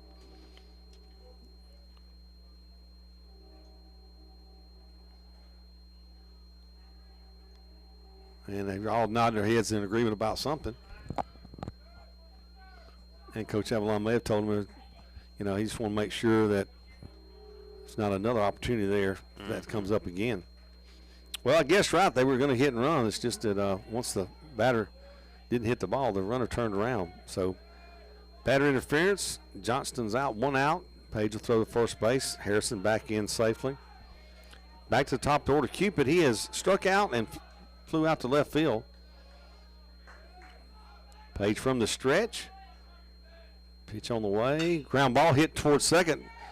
Jordan going to go to second, get 1. That's all he can do. Boy, good job by Jordan. Had to go to his left, and then he did a little John Travolta pirouette spin move there to get the throw back to second base, a la Saturday Night Dance. I'll tell you what, I didn't think he had a chance to go to second base. No, I didn't. I'm shocked. He's, you know, I think we can say this about Dexter. He's a pretty brave fielder sometimes. Sometimes he's got that confidence, that moxie sometimes that, you know, he knows he can make the play. And, he did a good job there getting his hips around. Making a good throw to second base. How easy is that to throw that ball in left field right there? I mean, it could have happened, but good job between him and Wiley of getting the lead runner out. So over at first base will be Cupid with 2 outs. Cupid runs a lot, not running on this pitch. Breaking ball, swinging a miss to Shelley. Shelley's had 2 hits in the ball game. Shelley singled to center sharply. First pitch he saw back in the first, and then on a 0-1 count, he singled to left field sharply.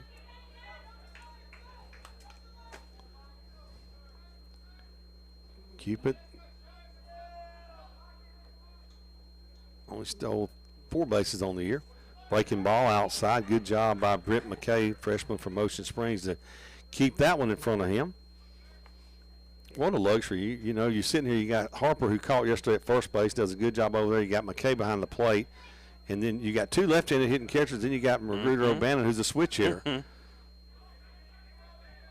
McKay, the lone freshman of the group, be back next year. 1-1 pitch. Pitch on the way, breaking ball, call strike 2 on the outside corner.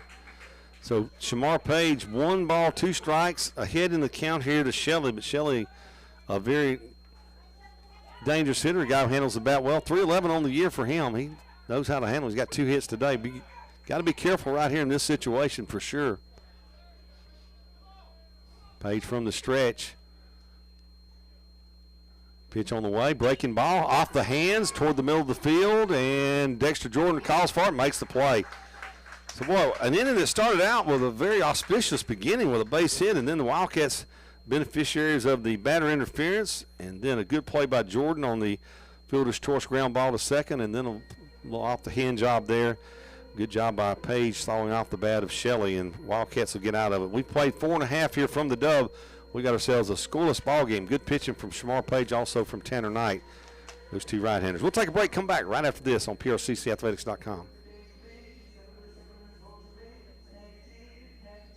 I'm Malcolm Perry, and we, the Prairie County Board of Supervisors, understand the value of athletics and extracurricular activities for the student athletes. We want to wish the Blue Devils, the Hornets, the Maroon Tide, and the PRCC Wildcats continued success on the field and in the classroom. As fans, we encourage you to attend as many games as possible to support our teams, and when you can, enjoy the games right here on WRJW Radio. Our youth are our future. Let's let them know we care. Nobody likes to feel blue, especially when it comes to your health. But when you hear blue, as in Blue Primary Care Provider, you will receive the best from your local Blue Primary Care Provider, James M. Reiser, MD. If you are enrolled in Blue Cross Blue Shield of Mississippi or Federal Employees Program, Reiser Medical Associates may be able to provide you with extra benefit that would not be available otherwise. Why be blue when you have access to the best possible care from Blue Cross Blue Shield? Blue is good for you. At Reiser Medical Associates, your trusted healthcare provider for over 36 years.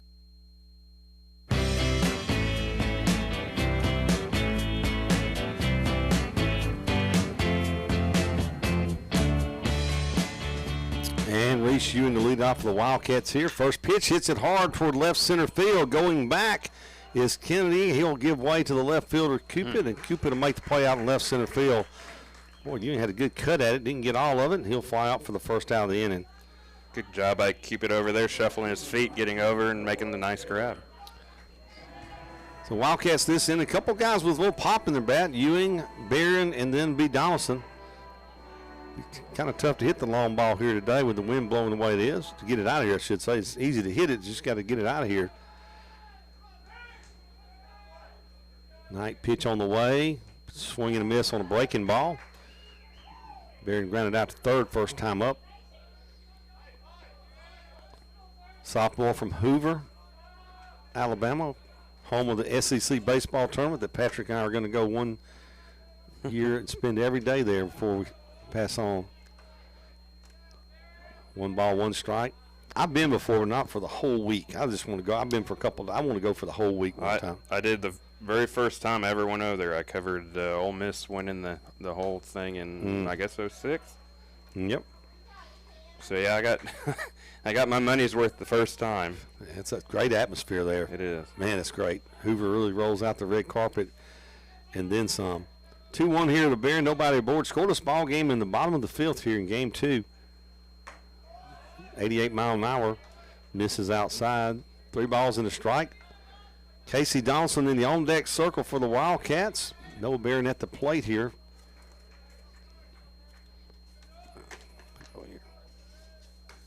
And ball 4. Missed outside. So Barron gives the Wildcats a base runner with 1 out. You know, as well as both pitchers that pitched, they've had base runners. I mean, you look back, Wildcats had a runner aboard in the 2nd, runner aboard in the 3rd, and they got one aboard here in the 5th. And if you look back at East Central, runner in the 1st, runner in the 3rd, runners in the 4th, and a runner in the 5th. Tip your hat to Tanner Knight of East Central and Shamar Page of Pearl River doing a good job. Here's Casey Donaldson. 10 home runs, looking for 11, 32 RBIs, 296 on the year. First time up, grounded out to shortstop. Fastball misses outside.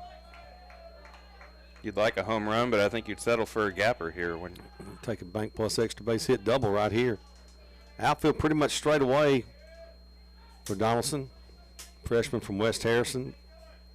Primarily uses the DH this year. Throw to first base by Knight. Barron back safely at first. Not the big lead. Nobody at third to draw a throw this time. I still could get over that lead. I knew something was up because Barron was way out. He's a step shorter right now than he was last night. Runner going. Here's a ground ball. A little hit and run by the Wildcats, and Donaldson's going to foul it out of play down the first base line between the first base bag and the first base coaching box. First base today, Dalton Baxley over there for the Wildcats, and Drew LeBounty over at third for Pearl River. Got to meet Drew's dad a couple games ago. He was here watching us play. Proud Papa. 1-1. Donaldson steps in. Knight pitch on the way. Outside, runner going. Throw down there, and Barron's going to be out at second. Donaldson didn't swing at the pitch. And then on hit and run, you got to swing regardless. And he gets a little encouragement from the dugout on that pitch. So Barron was running, hoping for a swing. Didn't get it. He's out at second on the caught stealing for the second out of the inning. Donaldson kind of made a motion. Hey, it was outside. It doesn't matter. You got to swing the bat on hit and run to protect that runner. So 2 outs, 2-1 count. Excuse me, 1-2 count now. Hits it hard to right field. I guess that's how you make up from it. That ball way back, way back, way back. He's going to catch it. Oh, my goodness. Wow. You know, the right fielder, Scott went back, and he turned like he thought it was gone. Yeah. And the wind held that ball from going out of here. Donaldson got all of that one. And, boy, Scott, he had his back against the wall. Big smile as he comes in. I thought it was out of here. I think Scott did when he first saw it hit. But he'll catch it with his back against the wall, reaches up and robs a home run off the bat of Casey Donaldson. We have played 5 complete here from the Dub. We've got a scoreless ball game back after this.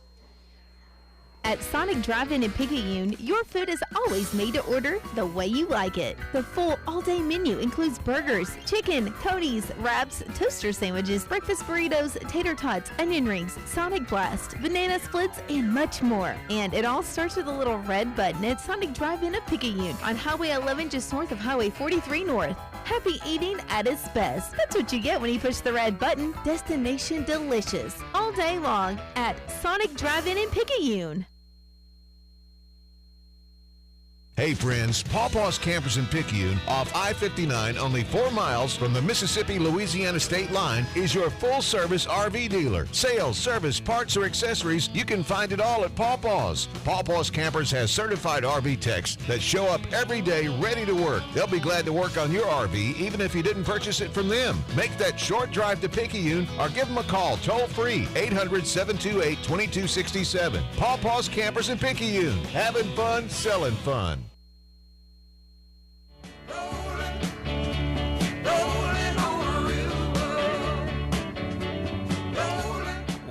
So the Wildcats, so close, but that's only in horseshoes. And man, I tell you what, that ball, when it was hit, I think everybody in the park thought it was, I think Ken Scott thought it was out of here, Patrick. But he was waiting at the wall, and I think he's a little surprised. He came in smiling, but Donaldson drove it to the wall. Scott reached up over the wall, there, the short wall in front of the barbecue area in right field, and he brings that one back in. So scoreless ball game. It'd be 3-4-5 in the order for East Central here. Shamar Page back out there for another inning of work. Got Page at 59 pitches or thereabouts. Fareed flew out to short and grounded out to second. First pitch, Page going to miss outside. Harper at first, Jordan at second, Cleveland at short, Izio at third, right to left for the Wildcats. Taylor in the outfield and left, Ewing in center, and Barron in right. Here's the pitch.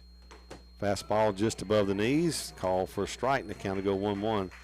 Britt McKay behind the plate, and on the mound, the sophomore from Raleigh, Shamar Page. A lot of zeros on that scoreboard today by Page and Knight. 1-1 pitch. Fastball, call strike 2. Well, I tell you, when he gets that over just above the knees, that's a tough pitch to hit. That's his bread and his butter and his jelly as well, because that's what he does. He tries to nibble you right above the knees, get you beat it in the ground. 1-2 curveball, swing and a miss. Gets away from McKay, throw to first base, and Harper grabs it, touches on the bag, and that'll be a strikeout. Strikeout number 4 for Shamar Page. He gets for Reed on a curveball. And to the plate comes Ken Scott. 2 singles for him, an infield single to third, and then a sharp single to left field. You've heard me say it, 431 of the year. This guy is a great baseball player. Tough out. Breaking ball, he'll lay off that one. It's a little bit out of the zone for ball 1. I believe he's headed to Mississippi College next year. Play from Choctaws. He'll enjoy his time in Clinton. 1-0 pitch, breaking ball. That one's going to be called a strike. Scott thought it was a little bit high. Might tend to agree with him. I thought the ball might have been a little bit high of the zone, but not the case. 1-1 pitch here, 1 out, nobody aboard. Scoreless ball game in the 6th. Fastball misses outside, and the count to go 2 balls and a strike.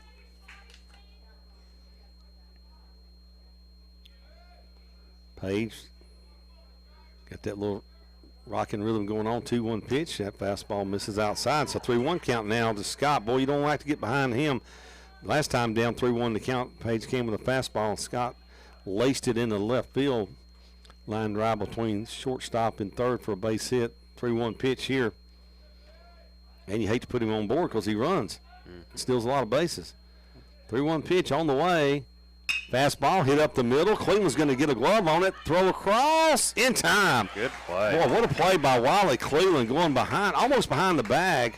And Scott runs well. He gets him by about a half a step over at first base. Yeah, we've talked about that a couple times. I feel like we're a broken record now with Wiley, but he's doing a great job with those balls up the middle. Making the plays that he should make and making them look easy for the most part. I mean, that was a close play with a great base runner there, and he's able to get the out by maybe half a step. Half a step's what I thought. In fact, I'm going to say less than half a step. Foot was on the way down. First pitch to Hay is going to miss outside and high. Hay struck out looking at a fastball in the first and hit a fielder's choice ground ball back in the fourth to first base. That one will bounce up there about 59 feet and a few inches short of the glove of Britt McKay, and it'll be ball 2. I'd be a little surprised if we get all the games in Ellisville today for the softball lineup, but apparently the tarp is coming off the field right now, so Southwest and Colin will resume play here shortly, it looks like. 2-0 pitch here to the catcher, Alex Hay. Fastball inside, the count goes 3-0. And regarding the baseball side of things, it looks like Meridian and Gulf Coast have pushed their baseball game from today until 2 p.m. Saturday. 3 balls, no strike. Yeah, this weather's something else, man. It's going to play havoc on the Mac Jack play. Fastball in there for a strike. I mean, last I looked, it was pretty much 80% or north until Sunday, and even Monday, I think it was 40%. Yep. So somebody needs to build a dome down here. We need 3-1 pitch hit hard to right field. Barron goes back. He goes back. That ball will bounce, a ground rule double. It'll bounce over the short fence there in front of the barbecue area. So with 2 outs on a 3-1 pitch, Alex Hay is going to bounce one out of right field and a runner in scoring position again for East Central, and that'll bring to the plate Coco Kennedy. Kennedy popped out in foul territory. The shortstop Cleveland ran over behind the bag in foul territory, made the play back in the second, and then he grounded out to Cleveland in the 4th inning. So Hay drives one deep, gets a one-hop double.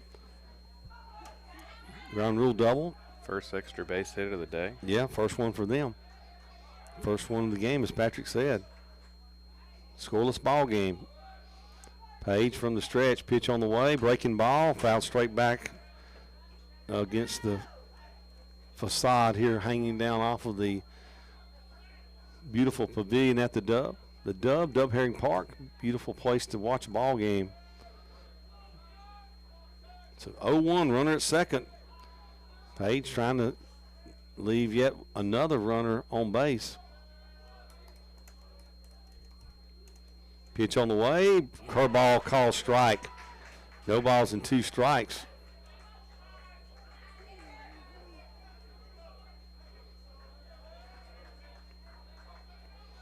Two outs, runner at second. Hay there with a 2-out double. Page trying to work himself out of another inning with runner in scoring position. 0-2 pitch in the dirt. McKay blocks it up. Runner's going to try third, and McKay's going to hold the baseball and not make an attempt to throw over there.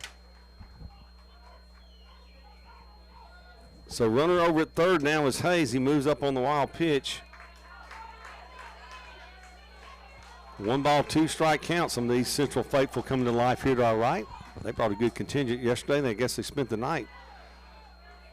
Quick turnaround this morning, 10:30 first pitch here at the Dub after getting out of here last night around 9 o'clock. 1-2 pitch on the way. He wastes the fastball outside, and the count will go 2-2. Kennedy, 302 hitter on the year, 3 home runs, 32 RBIs for him. 2-2 pitch on the way from Page. Breaking ball, check swing, he went.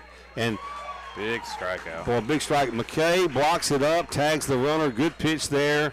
Strikeout number 5 on the curveball from the right arm of Shamar Page. We have played 5.5 here from the Dub. Still scoreless. Wildcats and the Warriors of East Central. We'll be back right after this.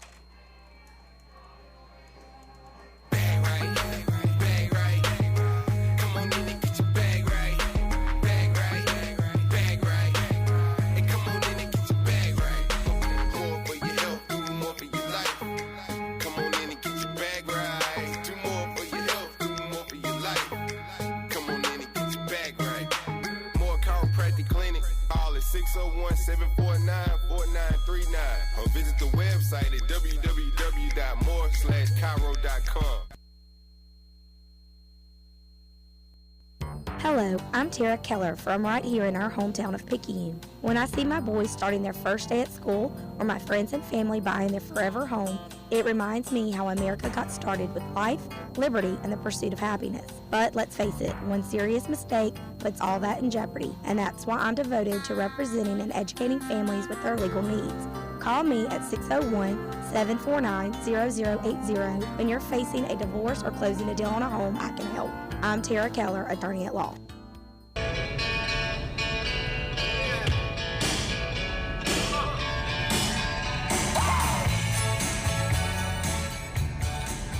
And we're going to move to the bottom half of the sixth inning here at the Dub. Scoreless ball game.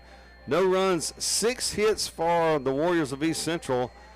No runs, 1 hit for the Wildcats. The Wildcats' lone hit of the ball game, a leadoff single by Dexter Jordan back in the second. So Tanner Knight's been quite effective here with the 60 pitches he's thrown. So Britt McKay will lead it off. It'll be McKay, Harper, then back to the top of the order, Matt Taylor for the Wildcats here.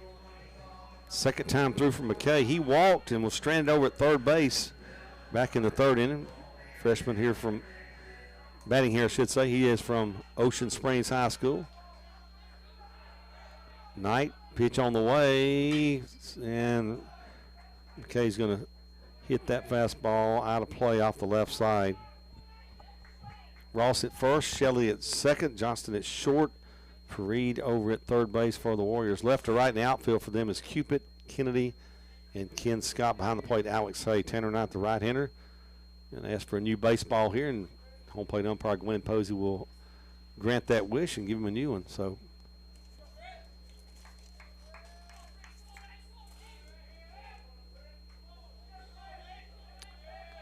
Tanner Knight, 0-1 pitch, call strike. Well, that's one part where he kind of changes his motion, kind of drops down, a little sidewinding action, and gets a strike in there on the outside corner. No balls and 2 strikes here to McKay. That ball's going to miss down low. So 1 ball and 2 strikes. Oh, 2-1. How do you get 2-1? Now he fouled one off. Huh. Wow. He didn't knock. I thought he called that pitch a strike the pitch before. Ball 3. You know what? I'm going to go back to this. I don't know if he got himself crossed up or not, but he raised his his hand. He raised it. And that's been the trigger. The guy last night was the guy over at third, Smith. He was a puncher. It was hard to see. You almost have to listen for him to grunt the strike, but Posey's pretty good about flashing the hand out there. Okay, he's going to hit a high hopper. First baseman's going to grab it, throw to first in time. Good job covering the bag by Tanner Knight. Good job by Will Ross, first baseman. Had to go a long way to get it, but they work on that in practice all the time at this level, and good job by the pitcher covering first. So Luke Harper will be the batter. Had a sack bunt last time up. Northeast Lauderdale product for the Wildcats. Going to be playing his ball next year at North Alabama. Home run, 1 home run, 12 RBIs on the year. Harper hits this one. That's in between the bag. That ball's going to go in the corner. Harper's going to touch first. He's on his way to second. Here comes the throw, and he's in there. Bank plus the extra base hit for Luke Harper. And, boy, talking about somebody who's been really swinging the bat well, inside out, hitting the ball where it's pitched. That's Luke Harper. Yeah, that was a great job, as you said, inside out, right down the line. You know, it's almost like it surprised the third baseman there. Kind of got on him quickly and got into the corner. And as you saw there, some good athleticism by the first baseman / catcher. Ended up standing up at second base. He missed a slash 91 on the bumper. Rain starting to fall here at the Dub. Pretty hard, in fact. So Wildcats with a runner in scoring position. First time they've had that in the ball game. It'll be top of the order, Matt Taylor. He struck out looking at a fastball and grounded out to second. Pitch on the way from Knight. Line drive. They're going to double it up at second base. Boy, howdy. Line drive off the bat of Taylor, and they throw behind the runner at second base, and Wildcats are out of this inning faster than you can snap your fingers, that's for sure. So Harper gets the double, and then he's doubled off at second for the third out. We played we played 5.5 here from the dub. Or we played 6 complete. I messed up on my score sheet. 6 complete. I'll get it right here. 6 complete. Rain coming down hard to dub. We'll take a break. Be back after this.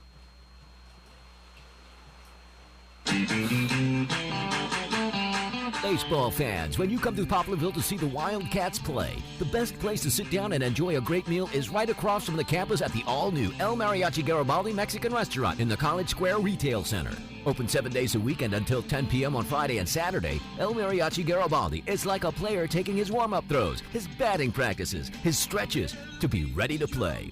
El Mariachi Garibaldi is the same for fans to get in the mood with great Mexican food before or after the Pearl River Community College Wildcat baseball games.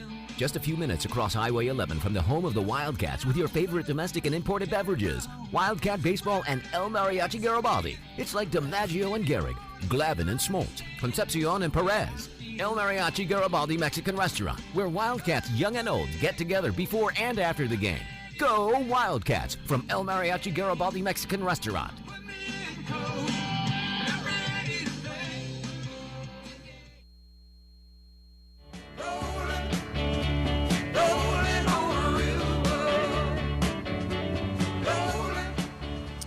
And we're going to go to the top of the 7th, and the rain is pelting down here at the dub, Patrick Oaks. Whew, man. And looking at the radar, it doesn't look like it's going to be out of here in a hurry. So it'll be interesting to see what the officials try to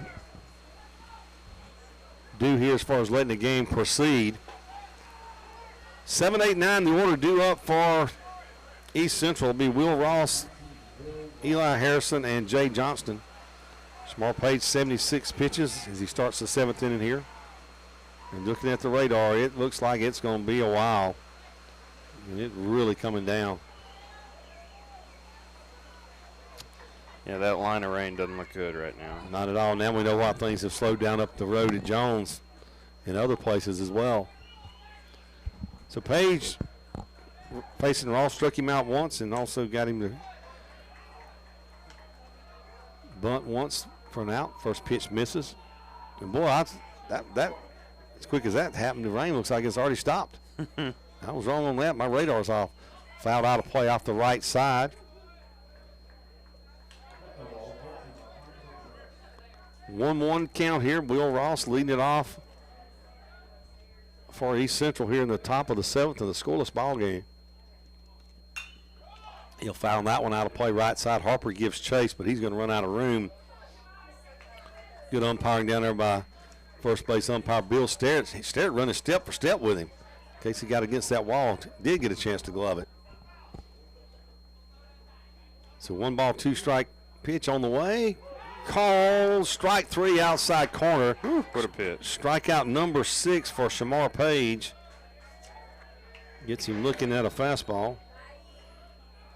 So 1 out in the inning.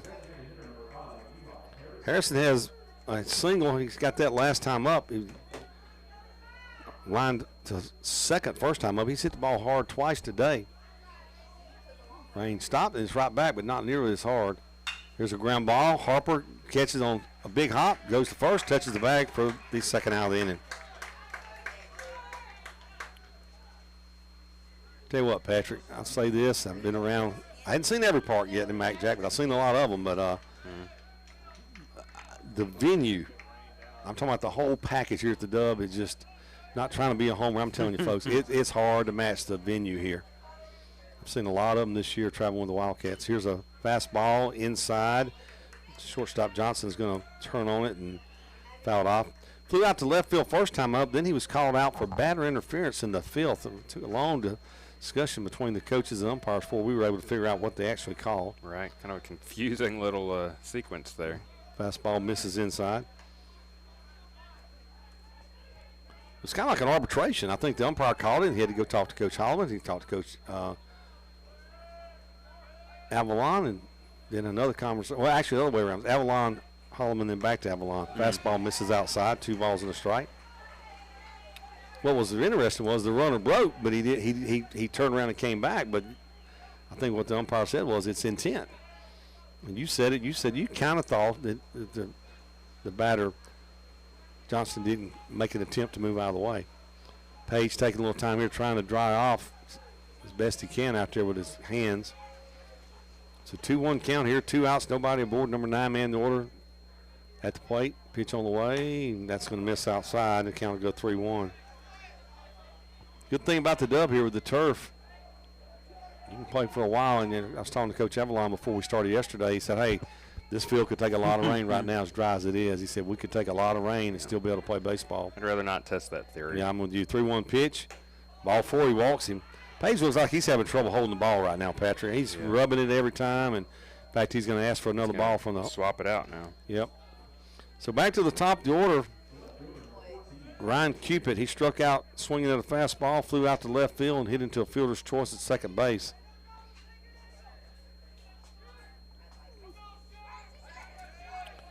Cupid, sophomore from West Monroe, Louisiana.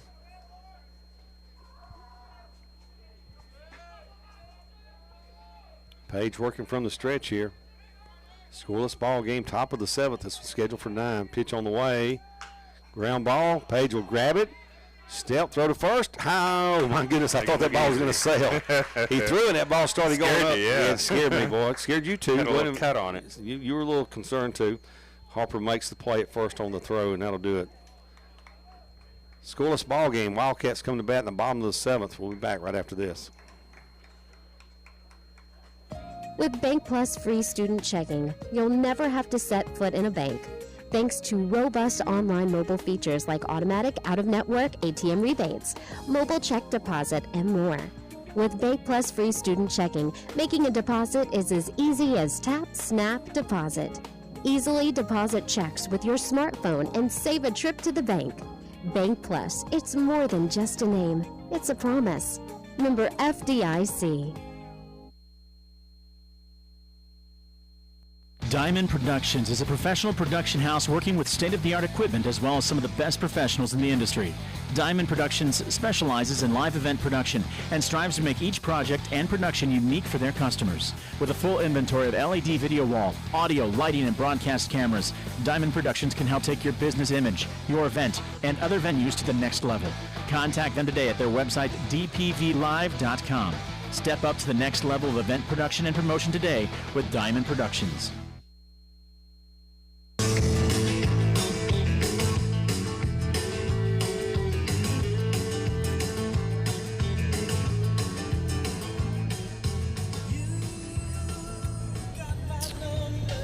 Two, three, four in the order for the Wildcats. Izio, Cleland, and Jordan to face Tanner Knight as we go here to the bottom of the 7th. Knight, 69 pitches to this point. Izio lined out to second, grounded out to second. He swings at a breaking pitch and misses it for strike 1 here to start the 7th. As the rain subsides, at least for now. You know, I'm looking at my radar. All over the place. I'm just like, man, we have got to be in some little pocket that's just like the size of a. Well, look at there. Don't knock it. Well, I'm not knocking it, but boy, there's some bad stuff coming. Scoreless ball game, bottom of the 7th. Izio, look out. Go way off the left side here out of his hands. He did that once last night. That's the third time this series we've seen somebody throw their bat. A fan almost get a souvenir there. Yeah, I think last night Will Ross. Man, I think you're right. No, what was it? Ross that came? No, he was pitching. Who was the guy? Sure. It wasn't Ross. I know it was. I'm thinking who it was. Somebody who came in the ball game. I can't remember. It wasn't Ross. He was actually pitching last night. Is he going to go over and get a little pine tar and a little drying of the hands? Needed. Much needed. Dry it off a little bit. I'll say. Give a quick little shout out to the Willis family tuning in from Norman, Oklahoma, watching their son Reyes Willis on the East Central team. Yeah. One of the wonderful things about the internet nowadays, you can tune in for pretty much anywhere. You can. 0-2 pitch. Sun out here at the dub. All of a sudden, out of rain, disappears. Good slider that time. Off the plate. Izio chased it, and he's out on strikes. That'll be strikeout number 2. I'm just making sure I got it. Boy, I tell you, as well as he's pitched here, he's only got 2 strikeouts, but that doesn't. Yep, you're right. Hey, it's about outs, and you got to give credit to Tanner Knight. He's done a great job for them. Wiley Cleveland will be the batter for the Wildcats. Cleveland flew out to short, flew out to center field. Knight, pitch on the way. Fastball in there for a strike. Dexter Jordan in the on-deck circle for the Wildcats. Cleveland, 10 home runs, 48 RBIs, 349 average on the year for the sophomore. Curveball, swing and a miss. Well, Wildcats have just not squared anything up. The ball Donaldson hit, of course, you know, Dexter had the single over the left field with the ball. Donaldson, it's the only ball they've really squared up hard here. Pitch on the way. Cleveland's going to nub it back to the pitcher Knight. He'll take a couple steps with the ball, underhand at first base to Ross, and that'll be 2 gone in the inning. 2 down brings up Dexter Jordan. He singled back in the second, and then he lined out to right field. Kind of a fading line drive. So Jordan will bat here with nobody aboard. Sunshine out the dub here. Pitch on the way. Almost hit him with a breaking ball. Tried to backdoor him a curveball in there on the inside corner. Had to jump out of the way. Boy, how fast did that weather change, huh? I'm thinking, where's the tarp? And all of a sudden, it's where's the sunglasses? Knock on wood. Curveball. That time he backdoored it for a strike. So 1-1 count. Tough pitch there. Yeah, Knight comes inside 2 pitches in a row and gets the call a strike on the second one. In the dirt with that change up, and the count will go 2 balls and strike. Reese Ewing in the on-deck circle for the Wildcats. Should Jordan extend the inning here?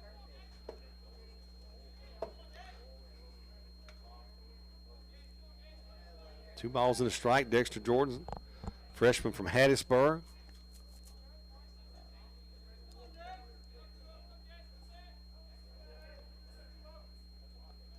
Pitch on the way.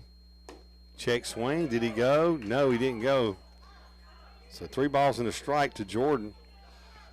And if you're not here, you think, you know, do you give in? Do you come fastball? Or you throwing breaking ball? He shook off whatever Hay called. Here's the pitch. He wants a breaking ball, and it's in the dirt. So Jordan will be aboard for the Wildcats here with 2 outs on the base on balls. And to the plate, Reese Ewing. Ewing 1-6-3 double play back in the second, and then hit a fly ball to pretty deep left center field on the first pitch he saw back in the 5th inning.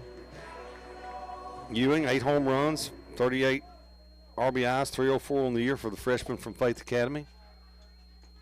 2 outs in the inning. If you're the Wildcats here, do you want to try to start Dexter at some point? Try to open up a spot on the maybe the right side? What do you try to do here? I'm letting Ewing. I'm letting him get a couple pitches, and he swung the first one there. But I'm hoping, you know, that you give him a chance here to bat.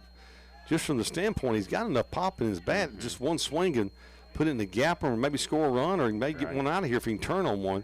You're not going to hit it out to left field. He's going to have to get one inside. And, boy, you know, give credit to Knight. He stayed away from the left-handed hitters today. He's made them hit the ball the other way. Other than Donaldson's one pitch, there's another ball away. Yeah. Other than the ball he got in on Donaldson that Donaldson drove against the wall that Scott made the play on, he's lefties away the whole game. Right, yeah, he did a good job making Reese reach there on that one. If you're going to run Dexter, you run him right here. If you're going to run him, this is where I'd run him at 0-2 count.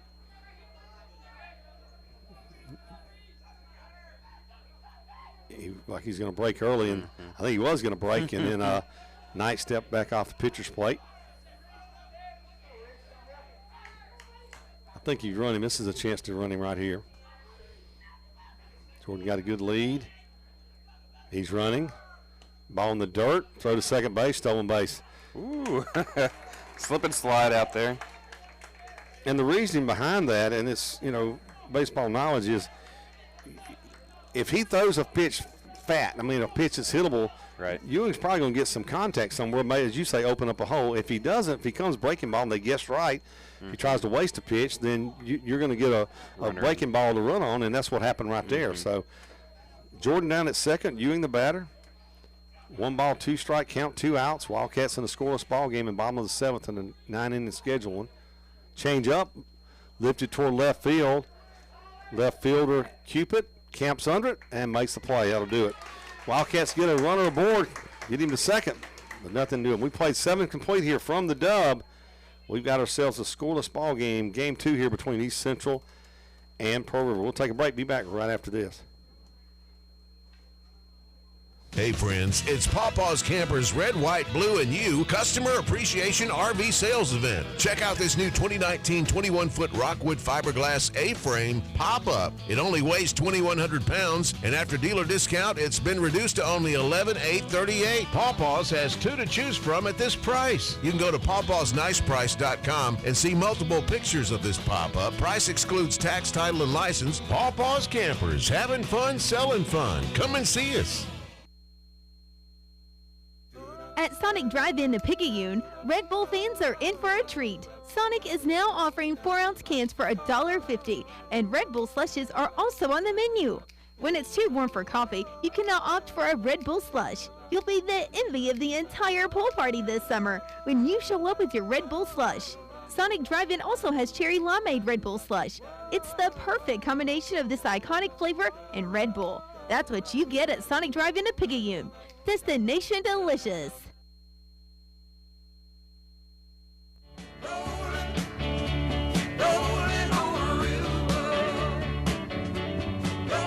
We'll move to the 8th inning here. Game scheduled for 9. Kerry Metzler along with Patrick Oakes. Patrick, got a pitch count there. Validate what we've got on. Yeah, right now we've got Shamar Page at 91 right. and Tanner Knight at 83. 83, all righty. Thank you, sir. It'll be 2, 3, 4 in the order for the Warriors. It'll be Shelley, who has 2 hits on the day. And it'll be George Fareed and then the very dangerous Ken Scott here. So a very important inning for Shamar Page here. No runs, 6 hits, no errors for the Warriors of East Central. No runs, just 2 hits for the Wildcats, and no errors for them either. So Page facing 2, 3, 4 in the order here. Pitch on the way, breaking ball, in there for a strike. A nice curveball catches the outside corner from Page. Floated up there at 71 miles an hour. Clipped a piece of that outside corner. And he hits him with a breaking ball. Oh, my goodness. Runner aboard on the hit by pitch. So George Fareed to be the batter. He's flew out to short, grounded out to second, and struck out swinging at a curveball. So see here with Scott in the on-deck circle, I would be very surprised if Fareed is not bunting here. Right. A little small ball. Pull a little small ball here and take a chance with your best hitter to have a chance to score a run in here. Especially with the turf kind of wet right now. Yep. Page working from the stretch. Ezio in, a step on the grass at third. Swinging away, runner going, a ground ball. Page is going to field it. He'll have to go to first. So get the same result with the hit and runs they will with the sack bunt. They'll move the runner up into scoring position on the ground out to the pitcher. Just a little pitch. Good job catching the ball on the fly and pitching it over to first base for the out. Ken Scott, you've heard us talk about it the whole series. 2 hits on the day, ground out to short. He'll bat here. Leads them in RBIs, home runs, average, and stolen bases, and probably Webb Jim plays in right field as well. This guy can play, be at Mississippi College next year, according to Patrick's research. Tough out here. You got a base open. You got to be careful with him. Scoreless ball game, 1 out. Page from the stretch. Breaking ball, hit hard. Left center field. Ewing going back. I think it's in the park. It is. Ewing's going to catch it. Runner's going to tag. And runner will be safe over at third base on the slip inside across the bag. And tell you what, Wynn played a lot of that ball staying in here, Patrick. That ball's hit very hard by Scott. Yeah, without a doubt. And really, if Reese doesn't slip out there, they may have been able to hold the runner at second base, but he saw an opening there when he slipped and was able to make it over to the third safely. Alex Hayes struck out looking at a fastball in the first, and then he grounded out. Well, actually, it was a fielder's choice ground ball to first base, and then he had the ground rule double in right field. So Page got to work hard here to get this out and send this thing to a scoreless bottom of the 8th. Right now, top of the 8th, scoreless ball game. Going to have a little meeting here. Looks like the Wildcat bullpen's up and throwing. And on that last play, good job by Reese and the outfielders there, because it looked like he started, as you said, breaking back towards the wall and then had to come in to make the catch. So good job with him tracking the ball and getting that out. I'm not sure if those watching on PRCCathletics.com, if you can actually see the flags, but the wind is just swirling in today. I mean, it's going to be hard to get it out of here that side. That ball held up. Scott hit that ball really well. Looks like Avalon's going to come out now. Yep. So Coach Avalon going to come out. Jared Meggs getting loose for the Wildcats, and I believe he's coming in the ball game. I'm almost certain I saw Jared give the okay, holding the glove up, that he's ready. And we'll see if that's going to be the situation. That is it. So Shamar Page will be replaced here by Jared Meggs for the Wildcats. We'll take a break. Back after this. When you wake up with an aching back or sore neck, Dr. Debbie Moore with Moore Chiropractic Clinic suggests you consider making simple changes in your sleeping position to alleviate unnecessary strain on your body. According to the American Chiropractic Association and Dr. Debbie Moore, it's best to sleep on your back or side because laying on your back or side allows your head, neck, and spine to relax into their natural alignment. This will help you wake up pain-free and feeling rejuvenated. Moore Chiropractic Clinic. We've got your back.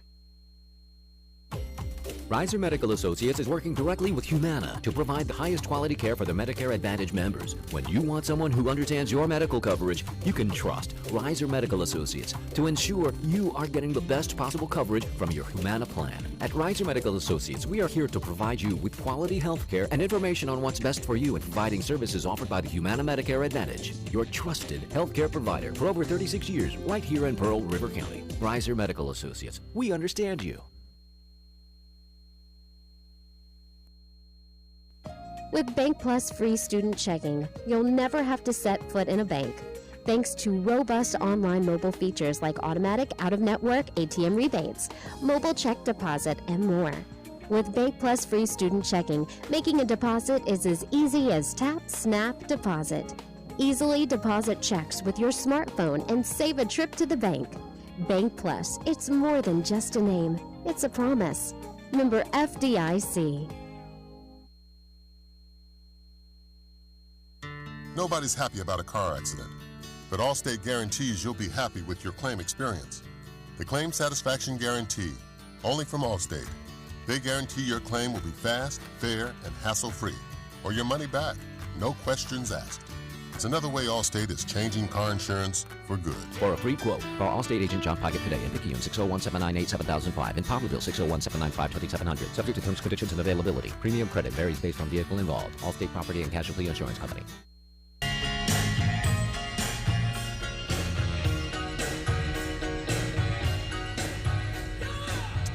Wildcats make a pitching change. Jared Meggs will come in to pitch for the Wildcats. Came in last night and got the last out in the save for the Wildcats. Sophomore right-hander, South Alabama early signee from Kosciuszko, Mississippi. For Meggs, this will be appearance on the year, number 20 for him. 2.37 ERA. He's going to face the catcher, Alex Hay. Hay against Page today had a double, a fielder's choice, and a backward K. Intentional walk here. Will put him aboard, and they're going to take their chances with Coco Kennedy. So the intentional walk puts runners at the corners, and Wildcats got to be careful here of a double steal against themselves here. Right. So Kennedy, the batter, hit 302 on the year. Today he struck out, grounded out, and has popped up in his 3 plate appearances. Meggs from the stretch, pitch on the way. Gets away from McKay, rolls off the circle area around home plate, but runner cannot advance. Practically the same situation. He came in last night, came in, tried to get the final out of the game to preserve the 4-3 victory. Runners on the corners. Got a big strikeout looking to end that one. 1 ball, no strikes, 2 outs, runners at the corners here. Top of the 8th, scoreless ball game. Meggs from the stretch. He's going to throw to first base, and back in with a head first slide is Hay. Just not going to give him a chance to get much of a lead over there. Yep. Pitch on the way. He's going to hit him. Meggs is going to hit him with the first pitch. Hit him. Squared him up. That's going to bring Will Ross to the plate. Base is full now. Ross today has struck out twice and also had a little ball hit out in front of the plate that the catcher Britt McKay made a play on to throw him out at first. So Ross the batter here with 2 outs. Base is full.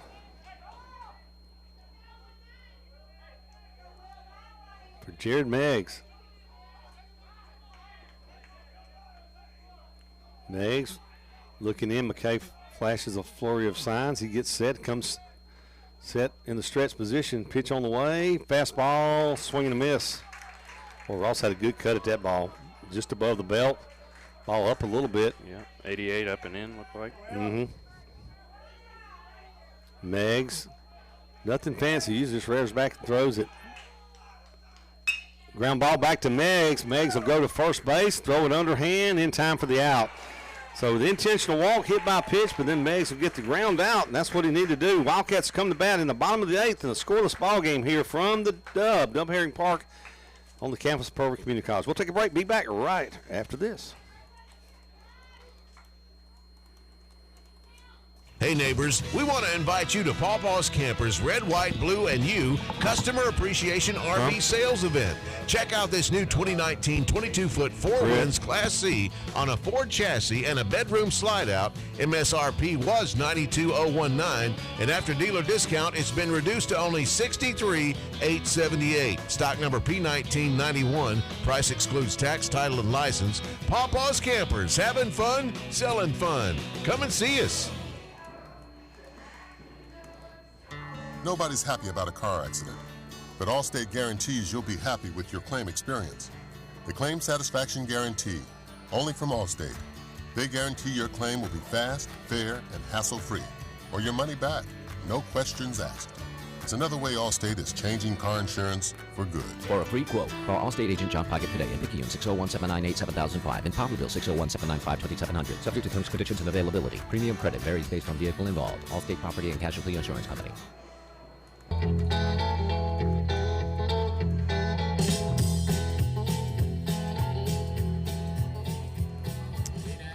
And we go to the bottom half of the 8th. Apologize right there, folks, for the background noise. Messing with a few adjustments here. And we go to the bottom of the 8th, as I mentioned. For the Wildcats, it's going to be 6, 7, 8 in order. Noah Barron, Casey Donaldson, and Britt McKay due up to face Tanner Knight. 83 pitches as he comes out for the 8th inning here. Just giving up 2 hits today. Single to Jordan in the 2nd and a double to Harper in the 6th. He's been quite effective. No runs, 6 hits, no errors for the Warriors. No runs, 2 hits, no errors for the Wildcats. Noah Barron, the batter here, grounded out and walked.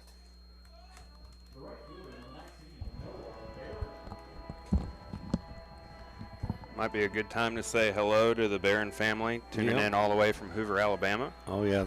Very loyal watchers and listeners. Nice folks. Had a chance to meet his parents. Good people. Pitch on the way. Curveball, swing and a miss. We appreciate you tuning in, staying up to date with Wildcat Athletics.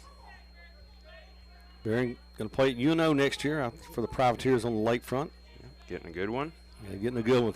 He can do it all. Hit, run, throw it. 0-1. That's going to miss outside. Then count to go 1-1.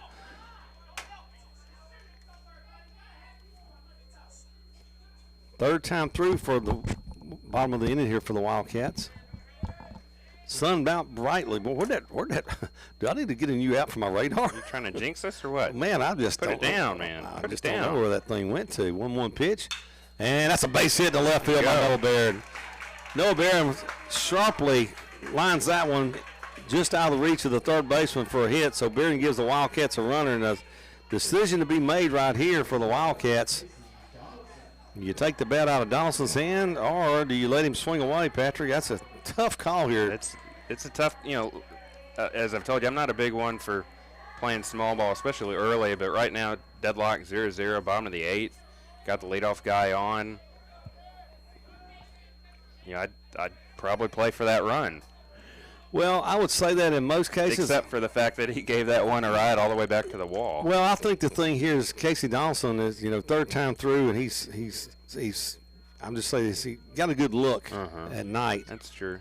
And when you're not playing a position, you're DH, and you can really think about a lot of things in between the bats and analyze it. I just think he lets him swing away here. We're going to find out here. And he's not a guy they've asked to bunt a lot. He's always been a slugger for any team he's played for. He hasn't been asked to lay down a lot of bunts in his.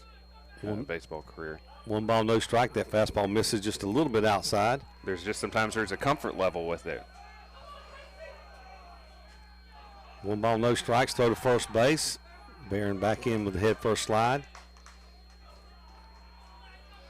Donaldson, 10 round trippers on the year, 32 RBIs for the freshman from West Harrison. 296 average starting the day. Knight's pitch. Fastball up high. 2 balls and a strike. What you hope for here in this situation is that if you're Donaldson, you've just got to sit there and now you're up to you've got to make sure whatever you hit, it's a pitch you can drive somewhere. You don't want to go chasing anything, 2 balls and a strike.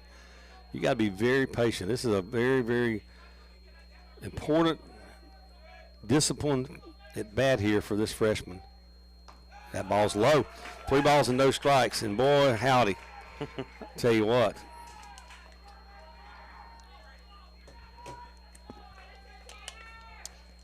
Scoreless ball game. Bottom of the 8th. Noah Barron, Hoover, Alabama sophomore. Singled. He's over at first. 3-0 count here to Donaldson. Pitch on the way. Call strike inside corner. 3-1. Now you got to say that's the pitch he's got to throw for a strike here on 3-1. If you're Donaldson, you're looking for one you can drive, nothing else. You'll wait and take your chances on 3-2. Right.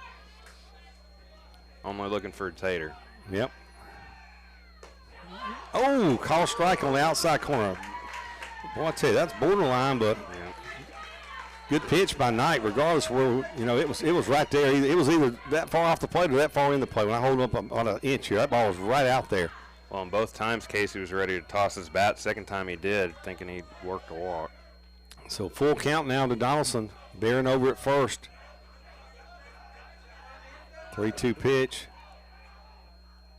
Lines, 1 hopper to third, throw to second for 1, relay to first, double play. Well, good play by Fareed over at third. Short hopped him on the line drive, a good relay to second. Good throw to second, good relay by Shelley. They turn it 5-4-3 double play around the horn. So as quick as the Wildcats threaten, it'll come down to Britt McKay batting here with nobody aboard in the bottom of the 8th. Give credit to Donaldson. He hit it on the nose, hit it where it was pitched. Ball was out over the plate, hit it hard that way, but Fareed with a good short hop play over there at third base. McKay walked and grounded out to the first baseman. And he'll lift this one toward left field. Going to be a long run for Cupid over in left field in foul territory. Reaches up and makes the play. Boy, good defense there. Back-to-back plays by East Central. Wildcats scoreless in the 8th. We'll go to the 9th here from the Dove. Scoreless ball game. Back right after this.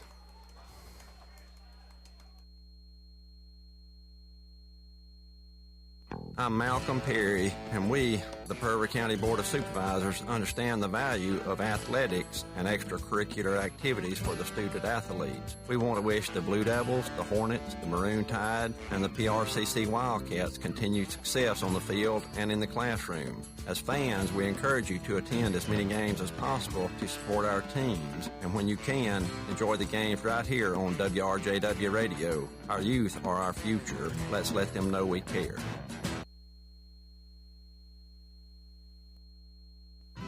Poplarville's all-new El Mariachi Garibaldi Mexican restaurant in the College Square Retail Center has its lunch menu available 7 days a week until 3 p.m. Enjoy their authentic Mexican tacos with chicken, adobada, chorizo, and al pastor. Try their tortilla soup, the Coach Special, or any of their authentic Mexican meals. Open 7 days a week and until 10 p.m. on Friday and Saturday. Come in and enjoy the best Mexican in the area and have a cold beverage from the bar. Located right across from Pearl River Community College, El Mariachi Garibaldi is the place where friends meet to enjoy good times, great food, and cold beverages. Go Wildcats from El Mariachi Garibaldi Mexican Restaurant.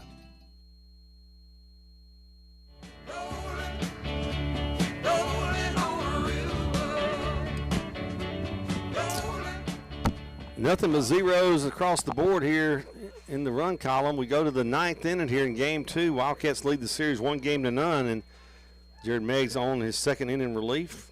Faced 3 batters last inning to get the out. An intentional walk, hit by pitch, and a ground out. He'll go 8-9-1. It'll be Eli Harrison, the DH, first up here. He's got a hit 3 attempts today. First pitch from Meggs. Fastball misses outside.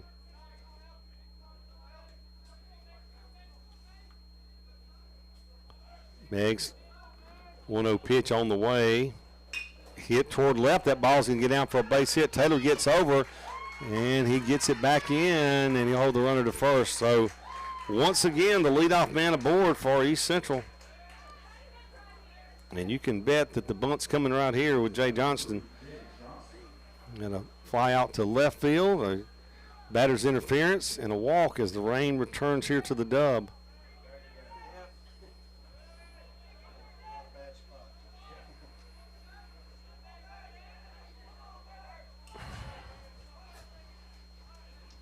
Pitch on the way, show bunt it toward first base. Harper's going to grab it. He'll reach and tag the runner out. And running down to second base on the play will be the DH, Harrison. So the sack bunt moves the runner up. Top of the order, Ryan Cupid. Cupid struck out, flew out, fielder's choice, and a ground ball back to the pitcher. Coach Neil Holland wants to come out and get a runner. Going to bring in Dumas. Dumas came in and pinch run last night. So Dumas going to run over at first base for the DH, Harrison. So Al Dumas comes on the pinch run. Dumas, freshman from Upora.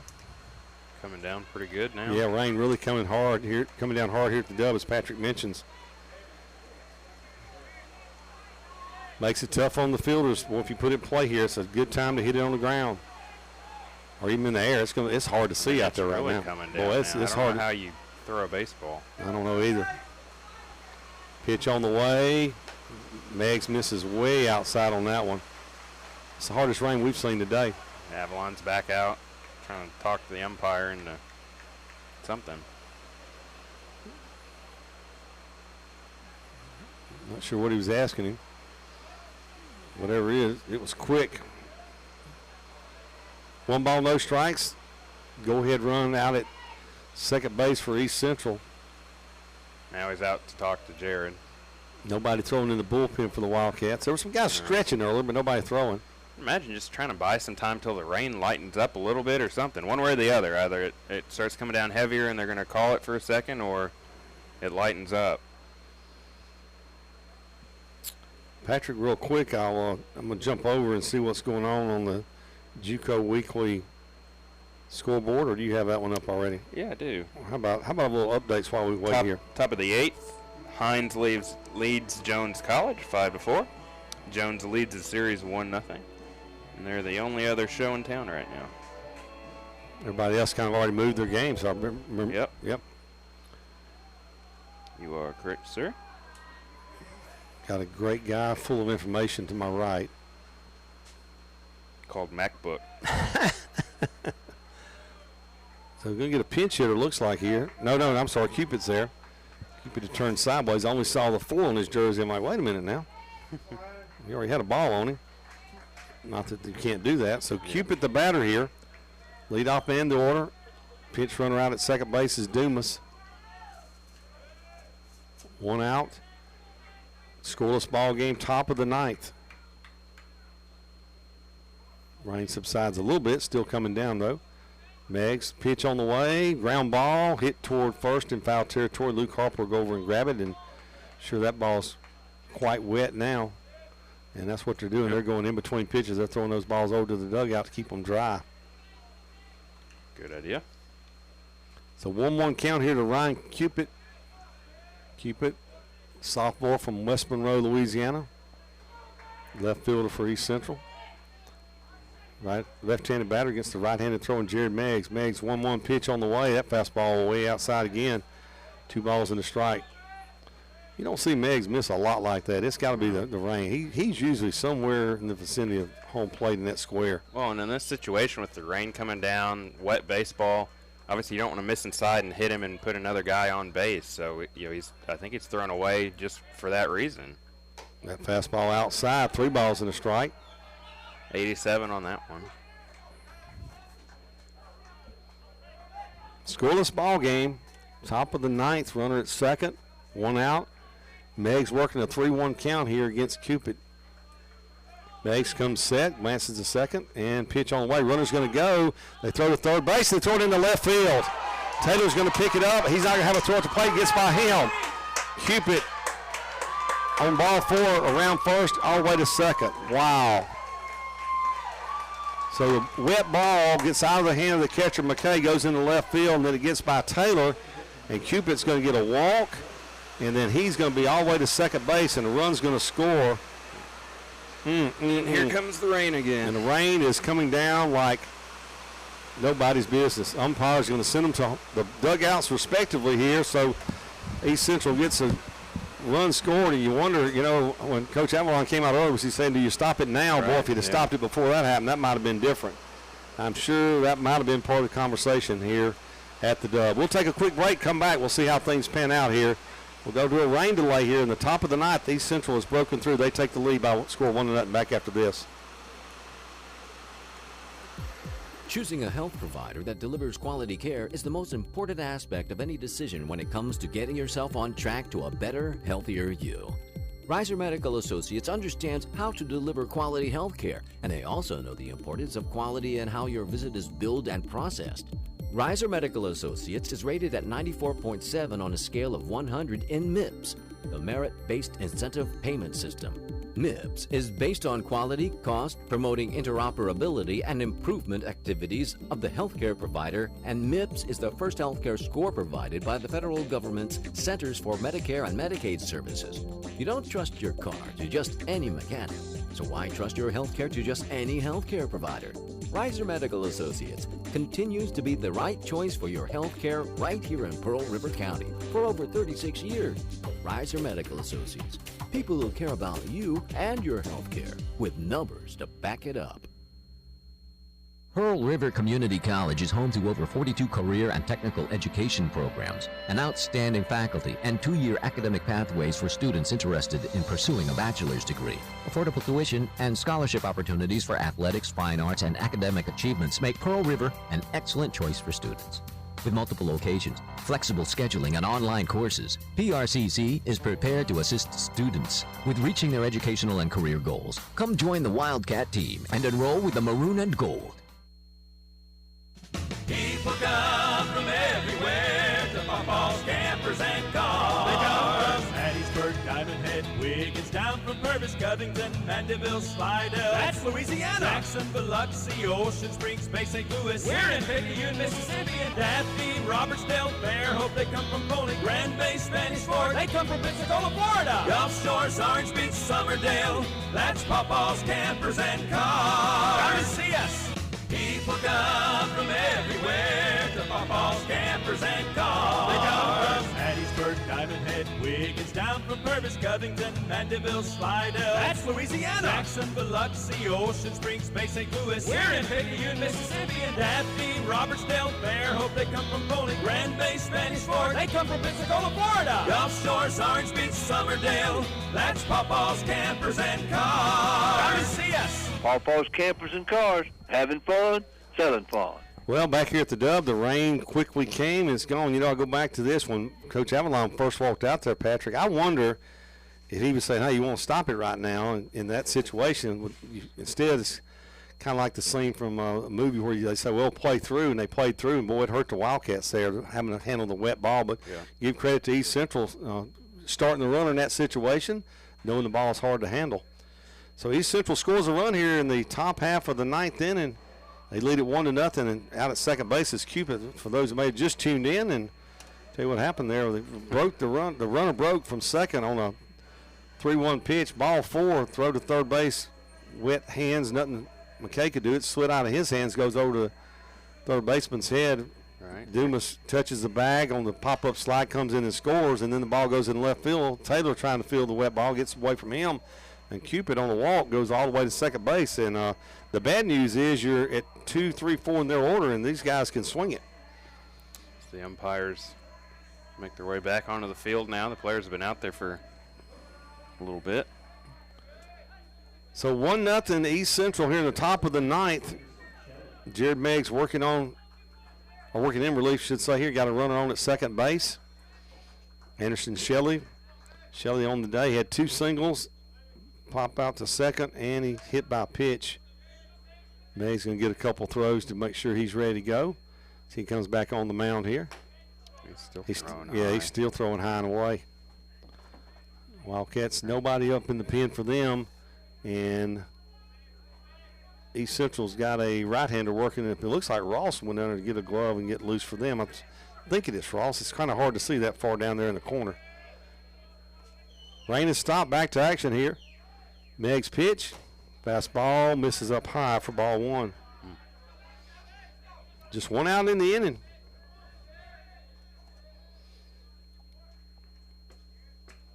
Wildcats down 1-0 here in game two. Best of three series. They won game one last night 4-3.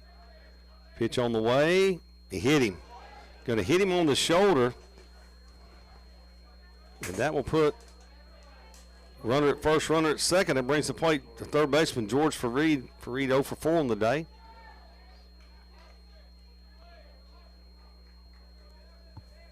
So one out. Well, Wildcats really need a clean killing because you don't want Ken Scott to come up to bat here with runners in scoring position. Right. This is a huge at bat right here for Meggs to get a. I'm just gonna say it, get a ground ball double play. Anything else, you're gonna have a guy hitting 431 and some change at the plate. Gets away from McKay. Runner's going to try to go to third. He will. And now to second. Both runners are going to move up. Pass ball there on McKay. Sure, he gloved it pretty good. Just got away from him. There goes the double play. You definitely ain't going to walk for Reed here to load him up for Scott. So you got a pitch here. Reed Goldman down the pin. Looks like him throwing for the Wildcats. 1-0 pitch, infield drawn in. Fastball in. He almost hit him. Boy, Meggs has been all up in that upper corner toward the the right-handed batters up and in. It just hasn't looked comfortable right now, and understandably so with the weather. 2 balls and no strikes. Pitch on the way. You're going to throw to third base. Runner back safely.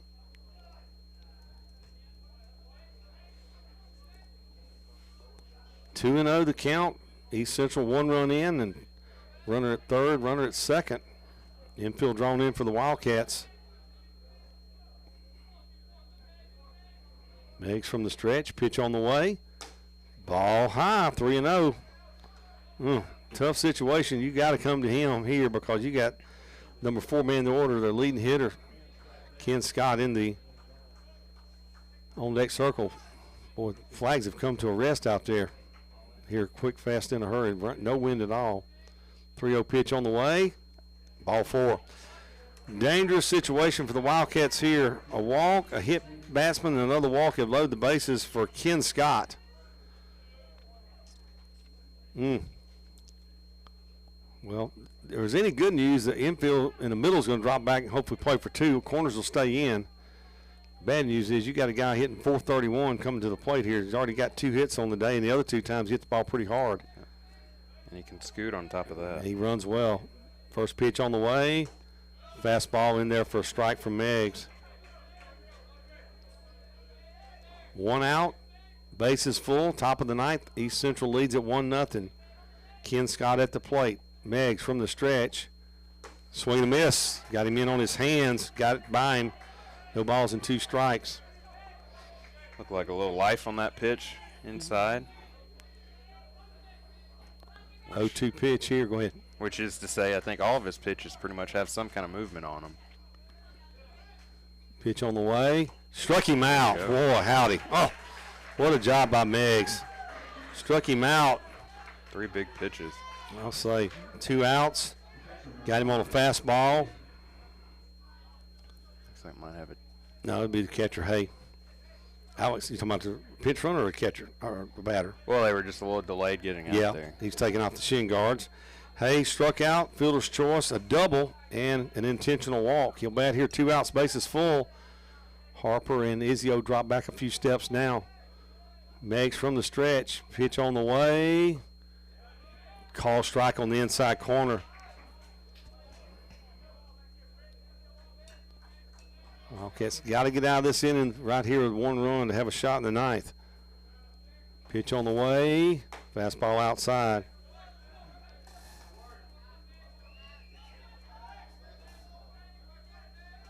make out who that is getting loose down there for them. Might not be Ross after all. 1-1 pitch. Swing and a miss, strike 2.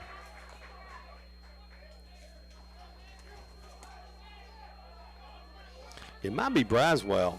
You know, I'm looking down there. Braswell came in last night. You know, he's thrown a lot for them, and maybe him. I just can't. I'm trying to look. He's right in the angle of the pole. 1-2. Strike 3. Strike 3 struck him out. All right, Wildcats down the run. They're going to have a shot in the ninth.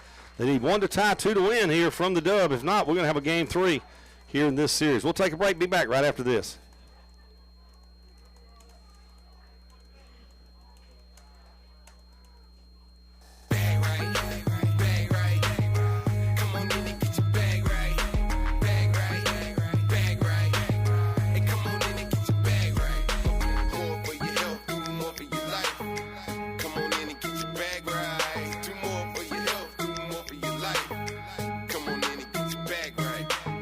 Chiropractic Clinic. Call at 601-749-4939 or visit the website at www.more/chiro.com.